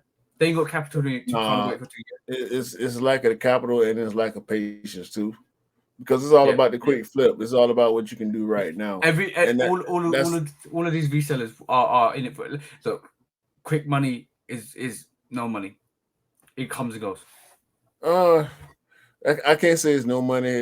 I think it depends on your mindset when it comes to business. Resale became big business during the pandemic. We know that. But now there's still business to be done in the resale industry, the resale sector. I don't want to call it an industry, but in the resale sector, as far as the sneaker culture is concerned, there's still business to be done. But you have to be very precise, and you have to be aware of what's going on a lot more than you would have to be 7 months ago, 8 months ago, last year before, where everything I've seen GRs, like ultimate GRs, bro, like stuff that will sit now go for 350. Because it was selling out, and that's not the case. So everybody that's trying to cap on sneakers right now gotta I ain't talking about the people that got real storefronts and real LLCs and business licenses and all that type of stuff. I ain't talking about those people. Those people will be here. They ain't going nowhere. They didn't leave. They didn't stop. They didn't shut down. By the way, during this wave of or this decline of the resale sector, but everybody else, the fly by night, the weekend reseller, they out of here. I'm just gonna say this. Like when we talk about resale, is that we talk about GRs, we talk about OGs, we talk about any sneaker that hasn't got that hype that brings the notoriety of resellers sniffing around it, in terms of like Jordan, Travis Scott's, in terms of Years, in terms of all of that stuff will definitely resell, and they're going to be really, really hard to get, and they're going to be overly priced because the resellers are trying to marry up their actual max or maximize their max potential on that resale. So that's why the resale price is going to be absolutely crazy on some of these sneakers. So from that perspective, bro, like we've just seen the back end of 2022 coming up to Christmas be absolutely ridiculously congested with sneakers. The cost of living has gone up. All of those circumstances is driving people away from sneakers, and we've seen it. We're seeing it now. We're seeing like every single silhouette. I didn't expect even though the Georgetown 6s sold out online, I didn't expect to see them in store. I did. Yeah, and it's changed, bro. It's changed so fast. It's a house down the street from me. I could almost see it from outside this window right here in front of me. That's going for twice as much as we paid, over twice as much as what we paid for this house 5 years ago. Mm-hmm. So we seeing the ripple effect of the economic squeeze and the recession that people are predicting, and fuel prices and everything. The pandemic, I think the pandemic spurred that. I think the pandemic kind of sped it up a little bit. I got a better analogy. I think the pandemic lit a fire underneath the recession on the boiling water, and it's actually succeeded that. So we saw this tepid water slowly rise with the temperature of time, and all of a sudden pandemic was like, okay, cool, let me put some fire underneath that, and it just sparked it. And like we say, bro, Pop has I don't know where Pop is now, but it's left the sneaker game. The bubble's burst, bro. The bubble has officially burst. Yeah. On majority of that resale game. Yeah. And the red friends that are out here doing what they used to do are still earning what they earn, because at the end of the day they were here before, they'll be here after. On that note, we've seen a lot. I wanna get your thoughts. I know my thoughts. People know my thoughts about the Lost and Found Chicago one that's coming out in near Christmas. What is your thoughts? What do you think that release is? What's gonna happen over that release? What's your thoughts, bro? And this is based on what you've seen recently, especially with one of the bros. And that's where I'm going. I want to go two places with what we have seen recently, with what with the information I was given about a month or so ago now.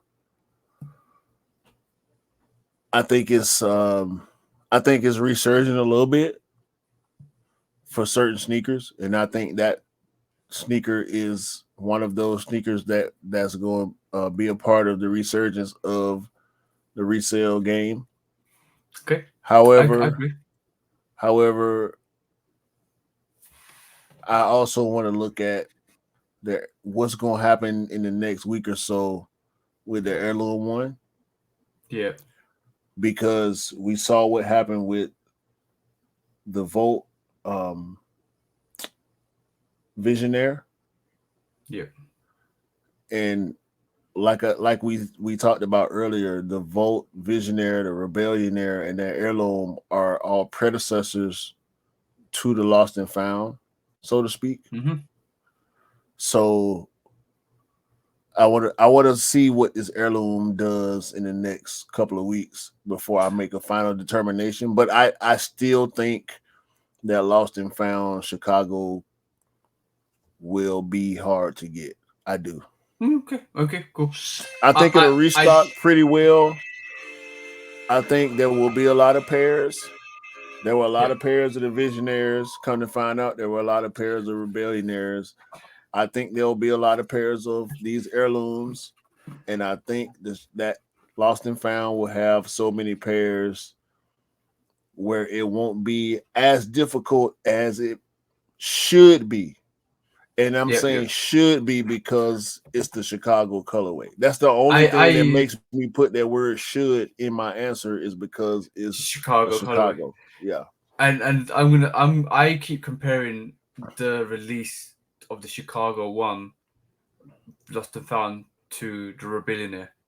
I think it's gonna be a Mamas and Pop drop first, then a sneakers that drop, because the way it's been drafted, the way it's been set up, the way the fastball's coming, it's almost like a home run for the Mamas and Pop shops, because it's almost like this was Lost and Found in a Mamas and Pop shop. So it's gonna be a Mamas and Pop shop release. And if that's the case, it might be easier drop. Like this is why I keep hedging my thoughts to the Rebellionaire, because I think this is destined to do what the Rebellionaire did. In a way, I can't disagree with that at all, and I can't help but think that way about that shoe, because clearly it's a line, it's a thing, it's a style that Nike and Jordan brand said, let's do this. Yeah. By the way, because they running out of stuff. They're running out of stuff, and I hate to say it. God. No, I hate to say that they're running out of ideas, but when you get a good one, you kind of got to run with it when you ain't got that much to work with, and that's what they're doing. You know, be really funny. If you have to bring your Rebellionaire, your Visionaire, your Heirloom to the release to prove that you can complete the pack. Stop, bro. Stop. Because listen, I don't want the Heirloom. I don't want the Heirloom, bro. By the way, the Heirloom. By the way, I'm gonna basically show you what happened to the heirloom. If you want to know what happened to the heirloom in the UK, you're gonna find out what happened to the heirloom in the UK in the next couple of seconds. Because, guys, ladies and gentlemen, you know, I'm gonna show you what happens to the heirloom today. Because pretty much they're still in stock, majority of the sizes. But see, online. it was a sneakers release for y'all, but it's a mom and pops release for us. I know, and like to be honest, I've been seeing notifications all day. But some of the sizes are selling out now on the sneakers app, but everywhere else they're sitting. And there was a full size run until like 2:00 this afternoon, and then they started selling out. But I went in store and saw them, bro. They're sitting in store. What they look like? Canvas toe, not great. Canvas. They're not great. I think from canvas? what I saw. Wait. No. Canvas? Yeah, canvas toe, bro. They got canvas toe. Do you not know? Did you not know? You said, why? The black or the yellow? The black, bro. I'll pull it up on the screen. I ain't paying no attention to that shoe. I ain't paying no attention to that shoe, bro. I'm pretty sure it's called a Ventura. It's called a Ventura Tan on the sneakers app. And this is definitely the heirloom. I'm definitely sure it's the heirloom. But if you look at the sneaker, I'm gonna bring it up, bro. And I'm gonna show you because basically it look like a fade pollen. You can say that. You can definitely say that. But like, what you mean? That's what it is. Bro, but no, ain't no what you can. It's a faded pollen. It's a faded pollen, bro. It's a faded pollen, but like this is canvas, bro. Exact is it color no, actually as a pollen? I think is it? I don't think it's canvas. I think it's denim. Sorry, I apologize. It's denim. I do. So? It's denim. So, but yeah, if it's not great, bro. I'm not joking. It's not a great sneaker. Apologies because this is for the female sneakers, but yeah, I'm gonna just go to Foot Locker. Foot Locker got a full size one for you, bros. Anybody that wants it, they got a full size one for you. Hey man, if you like the shoe, cop the shoe, bro. Don't let my opinion or TJ's opinion sway you. But I got pollen, so I felt like I didn't need it, so I didn't check on it really. Sorry. I'm just gonna show that again. Like I didn't realize it didn't come to screen, but yeah, Foot Locker got your whole size run for you if you want it. It's there, guys. So being that and by the way they charge 170, which is a bit ridiculous because it's actually 165. So. Being that I'm active in the community, so I see a lot of news. I saw that it was supposedly linked to the Visionaire and the Rebellionaire, and also the women's heritage. Was it not heritage? What was it? The one with the chenille swoosh? Oh yeah, the Varsity Red. Yeah, all these shoes are supposedly linked to each other, which I'm cool with. I get it. I appreciate it. I understand it. But I got pollens. I don't need that. And especially with canvas or denim, nah, I'm cool. So talking about the Jordan, the bro, I kept saying this before the taxis released. I kept saying this a lot before the taxis released. I said there's no love with the Jordan 1s. There's no love with the Jordan 1s, except for the fact that they released the Travis Scott Jordan 1 fragment high and lows after that, and even the reverse smokers. Anything Travis Scott will sell. But there's no love for the Jordan 1 anymore. It's watered down right now. Exactly. I was surprised, and what surprised me the most, the sneaker that looks like the Chicago the most was the Chanel Varsity Red ones. That almost changed a bit, changed the swoosh, changed the back panel, to black. You got a Chicago one. Still, it never sold out. It's still sitting. It sold out here. It sold out pretty quickly here. Um, it's a dope shoe. I hadn't seen it in hand. I didn't go for it. I didn't pursue it at all. But I have to go for the Chicago Lost and Found. And this is what's making me feel like that Chicago's what you said might be right. It might be more of a harder cop because I think a lot of people are just saving their money for that Chicago. But it'd be really interesting if that Chicago is a big release and everybody cops it. No, I won't surprise me. It's a lot going on, man. It's a lot coming toward the end of the year. I'm just gonna sit back and wait and watch and be picky. Yeah, no. But I'm gonna. A lot of people are doing that, but I'm gonna just show you, bro. Just gonna show you. Everywhere. I know this sneaker went from a. Oh no, I'm not gonna add it to bag. Sorry. This sneaker went from like a 9.5 all the way to a 3. Every single size is available. Every single size is available in this. It's dope. It's a dope shoe. It's a dope release. It's dope release. And what I thought if one sneaker was gonna sell out, it would be that sneaker. If I really thought one, and you know what's it now? You know what's really interesting? Nobody went for that. Nobody got baited for that sneaker because basically then the Chicago's are coming out. Oh no, I felt the same way about the Heritage too because it's pretty much a white bread. Yeah, and I see a lot of people customize it, turning it to a bread because they didn't like the patent leather on the patent breads. So it's gonna always be mixed feelings about that type of stuff, but we'll see what happens, man. But okay, I know we've been we've been sitting on this one big topic, and I think it's time we get it out the way because okay, I ain't got too much longer. I ain't gonna. You can tell Q's gone. Okay, the big subject we're gonna mention. I'm up through there, bro. Anybody from United States and the South, I know up through there. I'm up through there right now. All right, cool. As you can see from the start of the podcast, Q's been lit.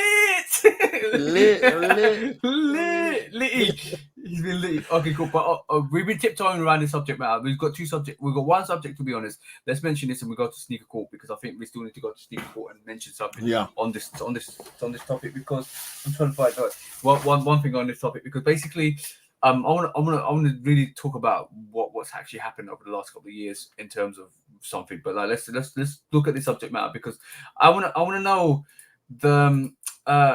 this happened this week. This happened this week, bro. Ye terminated his deal with Gap, and basically Gap. I think Gap acted on this. You reckon this wasn't because he put out that at the end of the contract he was going to go forward alone, and then next thing you know, we see this. Gap initiated this separation. Yeah, but I also feel like that probably is true, but also if it looks like this is the lawyer's letter, and the thing is, last week Kanye's lawyers told him not to say anything for 10 days, and after 10 days, this letter emerged from Kanye's lawyers saying bye Gappy. Hey, it is what it is. Kanye fans were excited about his everything that he does, to be honest with you. Yeah. And it's sad for them, but I don't think I didn't like this anyway for Kanye. I think Kanye is I feel like Kanye is above Gap. Did you see the CNN interview? I did not. So basically, in that interview, he turned around and said Gap didn't fulfill their requirements. They didn't basically put my product in their shops. He said a lot about Gap. He said a lot about Adidas and reasons why he terminated the contract. So now that contract's terminated, it's done. It's got over. It's finished. Like literally, that whole contract issue literally. This Gap is no longer anything to do with Yeezy brand. It's over, like literally. That was short and swift. But moving on from that, let's have a quick look at this situation, because apparently, I'm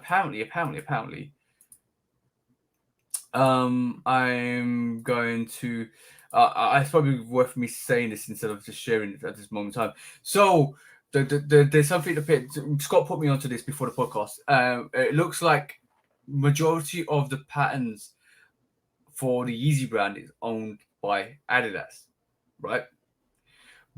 But it's trademarked under Ye's company, right? So that's a legal dispute then. It's a legal dispute. So it reminds me of the music contracts where the artists are the intellectual property, right? Yeah. But the companies own the records.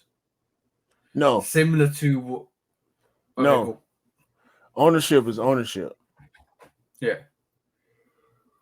Whoever has the majority stake in said entity or intellectual property or product or design or patent or whatever the case is, lyrics, beats, and I'm glad you made the comparison to the music industry, because that's where a lot of people in the music industry get played, because when you're coming in and you're young and you don't know and you got inexperienced people around you and you hire a lawyer that has worked with the label, and they don't have your best interest and blah blah blah.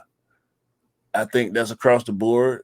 Same thing with fashion, same thing with entertainment. People do this for a living and they have partnerships with companies, and they value those partnerships with these big companies more than they value the partnership with the creatives, because 9 times out of 10, the creative is not a Kanye. But when you get a Kanye and you do regular structured deals, this type of stuff happens. It happened to multiple artists throughout the span of music history. Movies are made about this stuff, books are wrote about this stuff. So I can't get into details because I don't know myself, even though both of us have experience with music for years. I don't think I never got to that level. So I can't speak on it firsthand. But at the same time, from doing research and studying and seeing different things throughout the years, Kanye is in for a fight with Adidas about the properties. Yeah, so that's definitely the thing. But also, it looks like some of the news that's coming out is that Kanye was capping about the amount of total that he's earning per year. So the figures that are coming out at the moment are he's going to earn a gross of 120 million off the sales this year rather than 500 million that he's been quoted. So there's a lot of factual things that are coming out at the moment, and there's I think maybe Kanye is overhyping what he's getting, but you got to oversell yourself sometimes to get what you want. So in reality, that's probably what he's doing. But also, what's come out recently, because I think it's come from another podcast where we've talked about two lawyers that come together to talk about it, and there could be a lot of bias on it, but I don't know. Well, I'm going to just show you something, right? Obviously, we know Kanye's built a team of designers, of architects, and we always compare Jordan and Tinker we always compare Jordan and Kanye, but now we need to think about how this situation is, because we have Stephen Smith, who is part designer of basically of the Yeezy 350 brand, some of the Yeezy silhouettes. So he's known for designing and cultivating some of the Yeezy silhouettes with Kanye, right? So that's the number one situation, and a lot of people think he might have been hired by Adidas, but to me, this is where the argument comes in. To me, if you've got and Stephen Smith is a really creative designer. He's in the same mold as Tinker. He's created a lot of iconic silhouettes. So to me personally, when it comes to this situation, I think he's hired by Kanye, bro, because he is the head of Donda Industrial Design. That is Kanye's mum. That is a company Kanye's done in tribute to his mum. So this then has to confirm that Stephen Smith has been cultivated from Kanye to come in to the Yeezy brand to help innovate these designs. So when we need to break this down a bit more better to see who's done what in his brands, who's worked for what. But Kanye's main argument was what the Adidas is using some of their designers, some of the architects to go and do work on their silhouettes behind his back. So is he saying that he's got you're a project manager? Like if you work in a big business, if you work in a big environment of projects, you have a project manager who hires and coordinates everything, and that's Kanye for you. That's probably Kanye. Like he's got a bunch of architects. He's visually telling them designs. They're creating these designs, creating these mock-ups, and he's liking what he's liking. He's putting it all together and creating a sneaker. Is he saying that that's his team and Adidas has pinched some of these architects to do silhouettes? That's what he's alleging, because it like Steve. If we're saying Stephen Smith is hired by Adidas, then maybe that's a different situation. But from the looks of it, from what I've read and done the research for at this moment in time, it looks like Stephen Smith was sourced by Kanye. Yeah, so that's an interesting situation. So all of a sudden, then the intellectual property argument then becomes more of a who designed it first. But anybody couldn't put their label to a product, but who designed it first? And depending on the situation, it leaves Stephen Smith with less of a side to take one way or another. Yeah. If he was contracted exclusively, then ain't no argument. I'm gonna say this. The headline of this is the headline of this is the head of Donda Industrial Designs. Remember, Donda Industrial Designs talks about the legacy in sneakers designs and redefining the industry with GA. So where is Adidas in that quote, bro? So we're talking about contractual obligations right here. Yep. If the wording is such that he's exclusive and he's a Yeezy a Donda Industrial Design employee, and his property, anything he creates belongs to Donda, that's one thing. But we don't know the ins and outs of the contracts, and we'll get it. No, we're gonna get it. We'll get it. We'll get it. But this definitely throws another wrinkle into the whole situation, like, because I've never heard of Stephen Smith. That's such a common name too. Yeah. But Daniel Cherry is a different type of name versus Stephen Smith. I'm just gonna read this paragraph here. That this combination has led him to working alongside Jay as the head of Donda Industrial Designs since 2016. He has created non-iconic and scene-set shifting sneakers. Non-icon and scene-shifting pairs such as Yeezy Boost 700 Wave Runners, as well as the V2, V3 styles that followed, and even the Yeezy 450, bro. So he's been working with Kanye since 2016, and Kanye actually got with Adidas in 2013, right? So what is the situation, bro? Because everybody's like, some people are saying he's not got his own designers, he's not creating his own models, and Adidas has done it all for him. But in realism terms, people are taking sides. We just want to know the truth. I don't. This is big business talking. I have no sides here. I just want to know what's going on, because at the end of the day, if Kanye has recruited these designers to help him develop these sneakers, albeit for him, that's because he wants to innovate. That's what every person does. This is where the Jordan and Tinker relationship comes into effect. This is, for me, Kanye is more involved with the process than Jordan ever was. I can't say that because we know Mike. He worked with Tinker side by side as far as approving designs. I don't know about creating designs, but we know approving designs. He was involved, and obviously Ye is involved in everything that he possibly can be when it comes to his name and his brand. But this is contractual stuff when it comes to Stephen Smith, just like it is with anything else that Kanye is a legend, whether it be with Gap or Adidas. And hopefully, for our sake, for FYI purposes, we'll get to find out as much as we can. But if the man worked for Donda, he worked for Donda. If the contracts allow him to work for Adidas and Donda at the same time, ain't no argument there. So I'm just gonna share this one last thing with you on this subject matter. I'm just intrigued because basically there's a lot of allegations being thrown out. There's a lot of there's a lot of someone thrown out at this moment in time.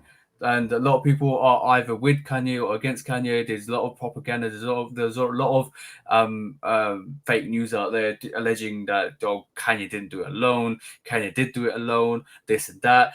But if you deep dive, and if you're willing to deep dive, you can find the truth.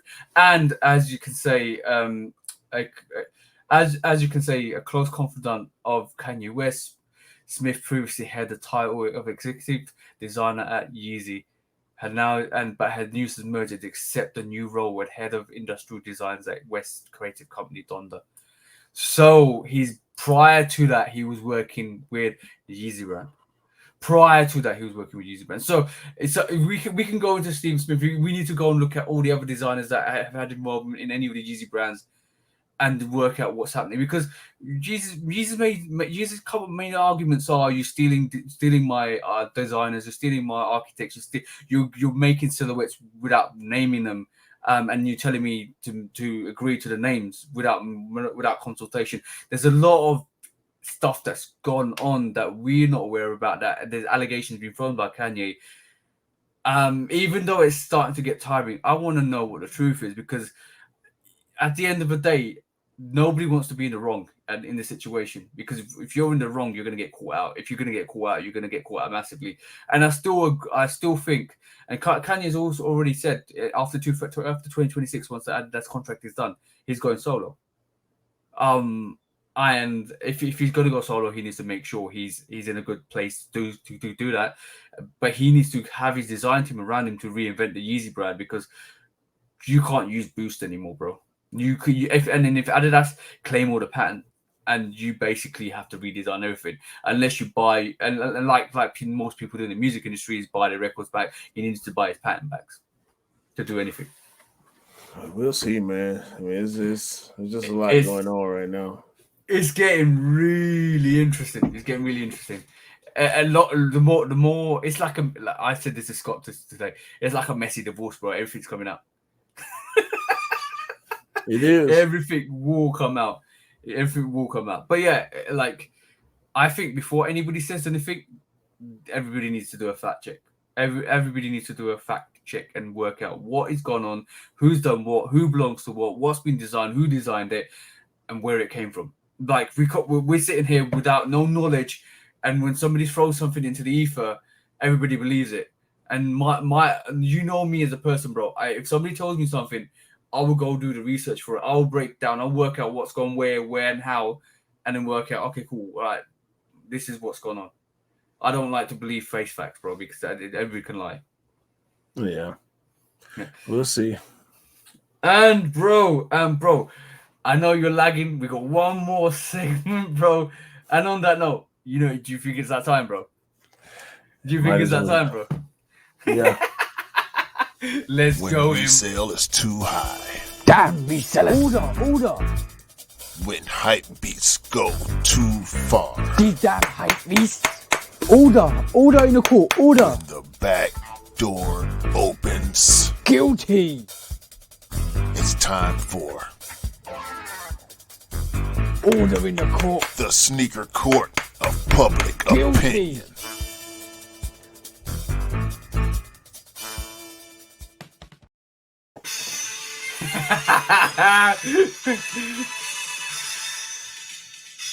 Guilty. I know you're lagging, Q. But what have you got today, Mr. Executioner? I ain't got nothing, bro. Well, you're gonna say Jordans of Justice. You can pick up a Jordan behind you, bro. Your Jordans of Justice.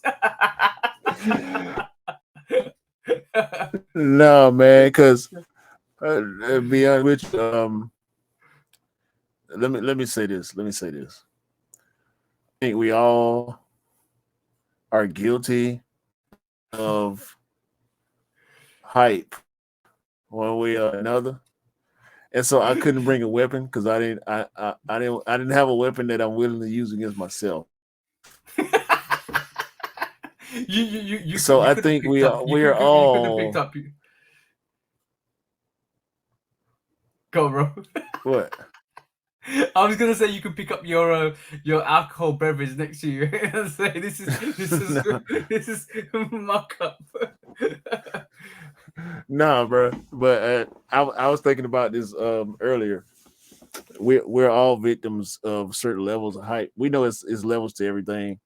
Yeah. And being that I went out today and I saw a lot of different stuff on feed. I saw a lot of dope stuff. I saw a lot of questionable stuff. I saw a lot of like whatever stuff. And it made me think a little bit more on presentation in general. Presentation is important as a person, especially in business, but also in social and personal situations. Presentation is important. But I'm a little off hype. More, and I'm saying I'm off hype based on how far off of hype I already was, and I had to charge myself a little bit. Like, yeah, them Pegasus 88s dope. Why you ain't got a pair yet? Yeah, that's why I brought that up earlier when I was talking about sneakers. Like certain stuff that we'll never buy. It's dope. It's not that it's not dope. But we have a certain level. We all have certain levels that we want to be at, and we won't go below that for certain reasons. And I think sometimes those reasons are hype related.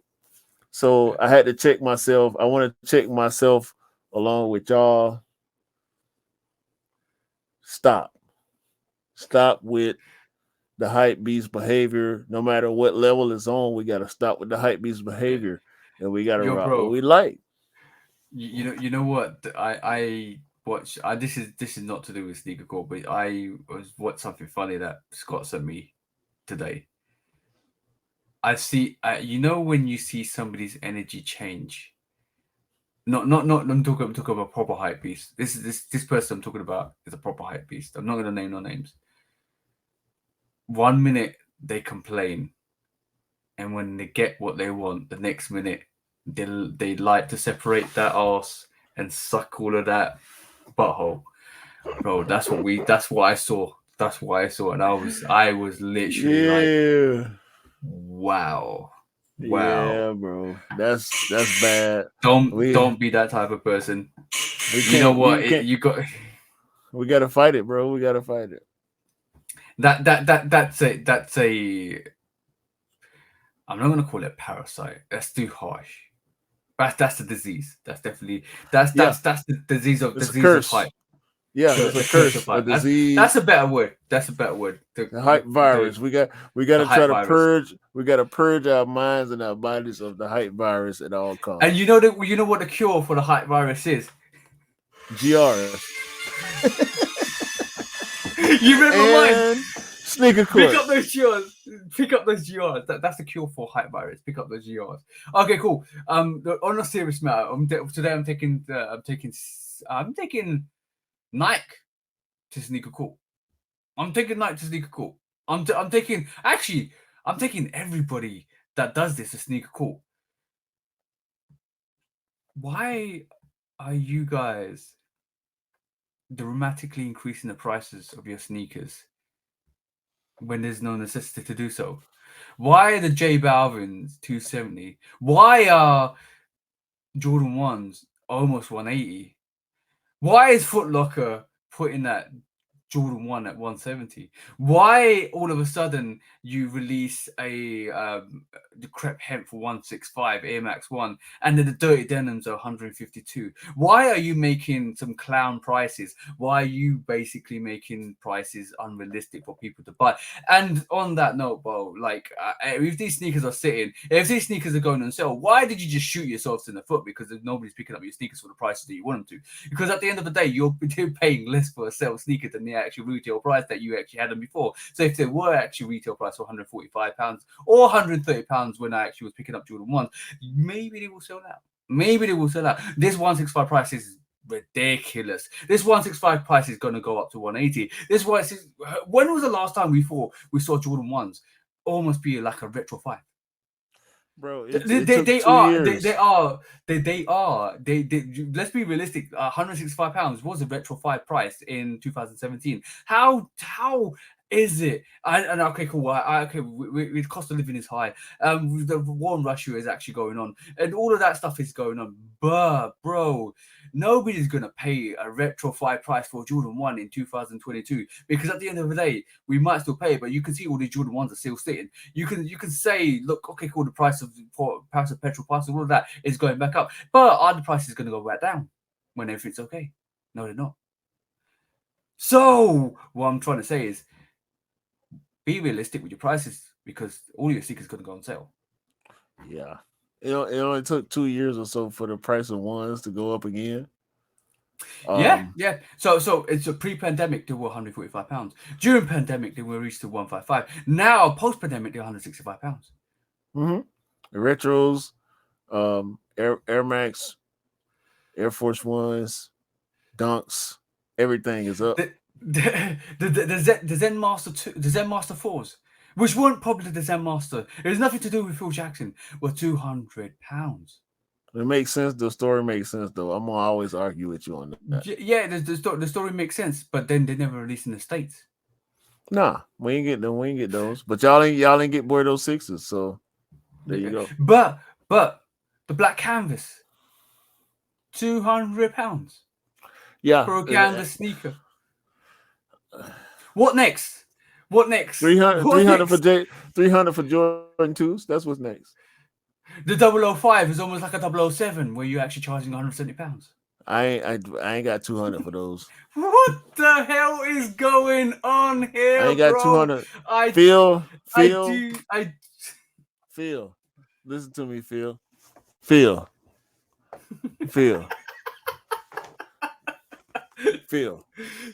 Give him that shoe dog book, bro. Because no way in a million years are you telling me the strategy that you're doing right this moment in time is working for you because all your sneakers are actually sitting. And if they were cheaper, they probably will sell out. If your J Balvin's were actually £220 or maybe £250, maybe they would have actually sold out.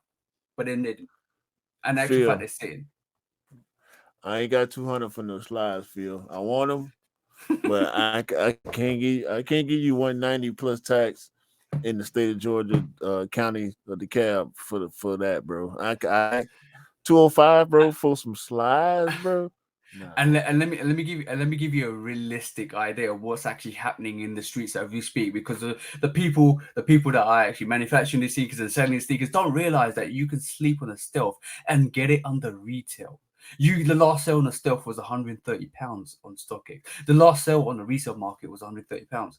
So if you waited, bro, you can get them for under retail. You can get them for the price that they were in 2017. Same thing with the taxi ones. I want them slides, dog. But I'm not giving y'all $205 of my money for no fucking slides, bro. Sorry. No, for a whole shoe, for some leather and rubber or textile or suede or whatever, I give you 200 for a whole shoe that's gonna come up to my ankle. Let's put it this. Ain't no back on that shoe, bro. It's not a shoe, it's a slide. It ain't even a shoe. I'm not giving you $200 for no sandal, dog. And let's put it this way: you can get 3 Yeezy slides for the price of 1,005. No, I can't because I won't buy no Yeezy slides. No, I'm just saying if you weren't Nike biased, like a lot of people are, you can do that. So you I don't know it's a design, a shoe. And I know it's like a high-end brand shoe. But nobody's gonna wants to buy a slide for £180 or $190. So I don't think it's a cap either. I think that's the shoe, and we not gonna get a non MMW version. So I'll see that slide at the outlet hopefully in about 4 or 5 months. Hopefully I'll see it at the outlet. It'll be out of season. It'll be winter time. I'm gonna wear it in the house anyway, so it don't matter to me what season I buy it in. But when I see it for 120 or 130, something like that, I might do that just because it's probably zoomed out and it's probably super comfortable. It looks super comfortable. It looked dope on foot, but I ain't got 200 for y'all. So TJ, tell them what they need to hear, bro. I'm basically saying Nike at this moment in time, or any other brand at this moment in time, what you're doing is you're pricing yourself at your local. Yeah, exactly. You're pricing yourself out of all the people that want to buy a sneaker. You're pricing yourself out the store. You're pricing yourself into the sales department. So on that note,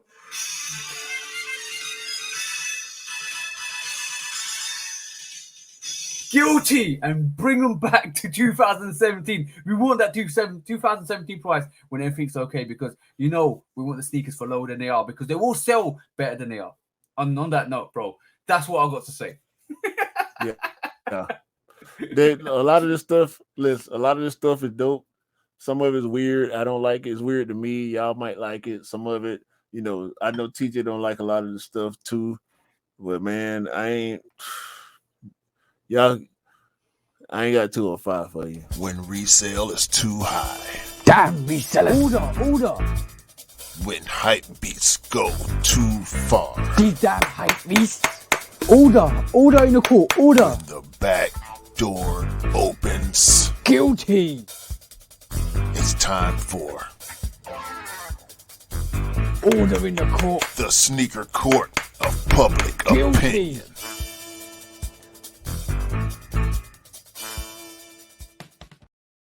And I just wanna quickly add, bro. Like, the cost of living is high. Everybody's making choices. Everybody's making hard choices. And Nike are just, or Nike, not even Nike. Everybody's raising the prices, bro. Listen, I got 180. I got 180 for ones. I got 200 or 210 for retros. I ain't got 190 for no slides, bro. I draw the line right there. I understand, inflation and economic situations and all that stuff. And that's the world that we live in. We can't change that directly. So you have to make decisions. And we all, we got good jobs. Thank God, knock on wood and all that. We got good jobs where we can afford stuff and we live a certain way, and we don't have to deal with some of the pitfalls that others have to deal with, and we can still, do luxurious things, because that's what this is. It's luxury. Yeah, so we can still do some of this, bro. I ain't that luxurious, bro, to spend $200 on the fucking slide now. I don't know. I don't know if it's. It will be really interesting to see if that sells out or sits. It's gonna sit. If it's limited, it'll sell out. But I bet you, because it come out in about a week. Actually, it come out next Friday. When that shoe drop, it may or may not sell out. I don't think it's gonna sell out at 190.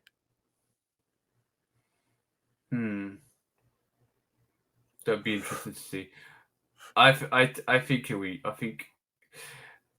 might be a situation where they fake sell it.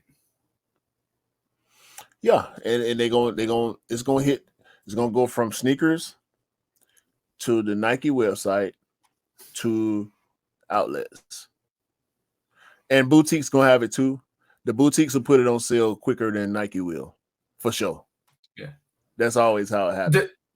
I'm so like I'm predicting a shift in strategy from Nike and from all the brands. I'm saying this now. They're probably talking about this now. Meaningless sneakers without just normal sneakers that just come out, like the Neapolitan threes, even the Desert Elephant threes that have no meaning or storyline will not sell out. And I feel going forwards, every sneaker needs to have a storyline. Every sneaker needs to come with additionals. Every sneaker needs to be special. And this is why I think there's going to be a massive push that way. And I think this is why we're seeing the Chicago Lost and Found the way it's coming out, because with a very meaningful storyline. And this is why I said the Skyline, even though you like it, bro, it has got a storyline. Or not storyline, a concept or a storyline. Right. I feel that's the movement going forwards. If you have a relatable meaning to a sneaker going forwards, you got half a chance of getting somebody to buy it. If it's not a collab, that's impossibly wishful thinking from companies like the companies that we deal with, like Nike, like Adidas, because they have bottom lines, they have quotas, and they're going to do what they need to do to meet those. And like I always say, we are not the common denominator. We drive a certain amount of commercialism for them. We advertise for them, which is cool because we love it. We're passionate about it. So I'm not gonna hate Nike because I post Nike shoes on IG and I don't get paid for it. But we're kind of seeing that like since the start of the year, and I didn't catch on to strategy because there's always been a concept or a historical moment or something that they used, and the Trophy Room Sevens has always been that. But like when you do the Rebellionaire the way you do it, the Visionaire with the way you do it, the Heirloom the way you do it, you're incorporating some sort of concept and storyline and design to it, and you're changing the boxes up and putting some meaning to it, and like that relates to a lot of people. This is why there's a certain urgency to get those sneakers, because it means something. I think we're going to see more of that going forwards. I hope so. I really hope so. I don't know how much of it we'll see. Because we're used to it now. Even with Adidas and Asics and New Balance and everybody else, that's the current pattern that we're in, and I'm cool with that. We still need GRs. We still need stuff for stuff's sake, if that makes sense. Yeah. So the only reason why I say it is because anything new, you have to produce a concept or a storyline. You can release a Thunder 4. You can release any other second to third tier sneaker that's released that are past the OGs and people want to buy it. Yeah. What about this though, bro? There's no concept or storyline to that except for the fact that it's got some off-white vibes to it, and it's dope. Yeah, I know. And I bought it, and you bought it, and I bought it. Yeah, because we love that silhouette. We love the vibe of it. This is stuff for stuff's sake. Yeah, exactly. But bro, that's it. The people that don't feel fives, Look, like there's always going to be certain silhouettes that people gravitate to. We're always going to gravitate to 5s. Now but the thing is, take yourself out of that box and think externally and say, if I wasn't picking up 5s, would I pick up the James Rising 5? No, bro. They still make Monarchs. They still make waffles. They still make waffles. They make Pegasus. They make all type of. They make Janowskis. But I ain't studying no Janowski. But they got history. I see them. But those type of silhouettes have got history behind them. I'm talking about using using a silhouette. Yeah, of course they do. But I'm talking about using like a Jordan 1 or a Jordan 3 or Jordan 4, any Jordan, like Jordan 4 hype will die eventually. But then they have to kind of reinvent it. They have to bring a storyline to it. They have to be meaning to it. Because like that's what I'm trying to say. It's like a Monarch. None of like except for certain sneakers. Nobody else picks up a Monarch just for regular people because they're there. They're dad shoes. You know what I'm saying? I still want one. But when it comes to specific sneakers that sneakerheads love and want to pick up, if it hasn't got a meaning or a concept to it going forwards, I don't think they will sell out. And obviously you talk about the collabs as well. You could do Travis Scott collabs, but the Travis Scott Jordan 1 low. Big question: is it being overplayed? A bit, yeah, a bit. It's still gonna do what it do though. This black one, yeah, of course. This black one, we seeing people say what they say about it, whether it be positive or negative, and I think we are seeing a lot more negative than we used to seeing. Yeah, it's out. It's gone. It's already sold out. It's already sold out. You can talk what you talk. You can say what you say, but as the numbers and figures will tell you the truth. Even if it don't flip, I don't care if it don't flip, because when I go for it, I want to wear it. Yeah. And so it's still that push and pull. Have you seen the other silhouettes? Yeah, I don't like the other ones. Off noir would basically it's a reverse noir where basically rather than being brown reverse, it's black reverse. I don't like that one. I like the all black one, and I'm gonna try for it. That's about it. The other one, I'm cool. You know, it's gonna always be that. It's gonna always be that with people like us. We're gonna go for what we want, and if we get it, we're gonna rock it. For the most part, I have switch gears on certain stuff that I bought, and I don't want it no more and whatnot. But it's not because of the value of it. It's not because of the hype on it. It's because, you know what? 5 months later, I don't want this shoe. A year later, I'm probably not gonna wear this because I got this one that's the same colors, or I got that one that's similar colors. So I feel going forwards we're gonna see a lot more collaborations, a lot more older releases, a lot more older releases of sneakers that we haven't seen, like 6 or 7 and Thunders are just a start. Because they can go into the vault and pick up any sneaker and bring it out. I hope in the next 3 years we see the Tokyo T23 5, hopefully. Yeah. They will go back and bring up more silhouettes. They will do a lot more collaborations. We see DJ Khaled coming out with his 5 soon. We will see a lot more collaborations. This is why I feel without a concept, without a storyline, without history, anything that doesn't hit those barriers, collaboration, old veteran silhouettes that we all need, history, concept, storyline. If it doesn't hit those 5 factors, it's going there where the sell rack is.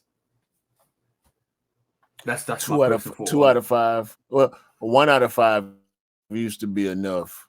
I think we approaching where we're gonna need at least 2, maybe 3 out of 5 to really make an impact like it used to make during the height of the resale era. So we'll see. I think the resale era will come back. I think hype on certain stuff.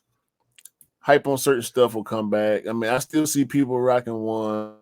I see a lot more people rocking dunks now because the dunk hype is is taking over. But we still shout out to all the shoe dogs, man. All the real sneakerheads, all the people that's going straight to the toe, man. It's our time to pick up stuff that we want. And exactly. We have the availability now. He's selective. 100%. I also feel like that movie about Jordan signing to Nike could have a little bit of a significance on the history, reminding people, like not as much as The Last Dance did, but it might reignite the old silhouettes, all the UNC silhouettes. You know what I'm saying? Yeah. So I'm a bit worried about the UNC. I'm a bit worried about UNC 5. We gonna see what happened, bro. We gonna see what happened. Bro, next year, the top of the year is coming, dog. Yeah, we could talk for another couple of hours, but I know you're lagging, bro, because you had a great time at that festival. Yo, show, bro. As y'all can see, I had a very good one eye shut, one eye open. One eye shut, one eye open, bro. One eye shut, one eye open. Hey, man. you on the Facebook. He gone. I don't that no, bro. Count that, bro. Man. Episode 35. We do it for y'all, bro. We do it because we enjoy it, but we do it for y'all. We try to bring y'all information and insight and stuff that y'all might not see, bro. Shout out to everybody, man. All the supporters, the whole Straight to the Toe crew, Cam, Alex, E, all the bros from International Influence. It's too many names to know. Call out. We appreciate y'all, man. Leave your comments down. Get at us on IG in the DMs. If you got questions on TJ's videos, his personal videos, the podcast, my personal videos, get at us on IG in the DMs. We will respond to you. Don't send us no links to the fake shoe sites. We hate those. We will block those, and we will block you. Don't send us the bootleg brand ambassador stuff. We don't like that. We will not respond. We will block you, okay? If you're not legit, if you're not talking legit, if you're not talking straight up, if you're not talking straight to the toe, if you're not talking real sneakerhead talk, you talking about flipping and resale prices and all that, bro, and whatever, man. It's whatever for that. Shoe dogs, man. We real shoe dogs over here. For me, for TJ, and all the bros, man. Peace out for now, guys. Peace out. Peace out.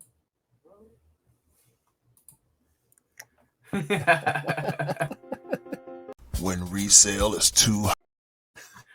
You just did.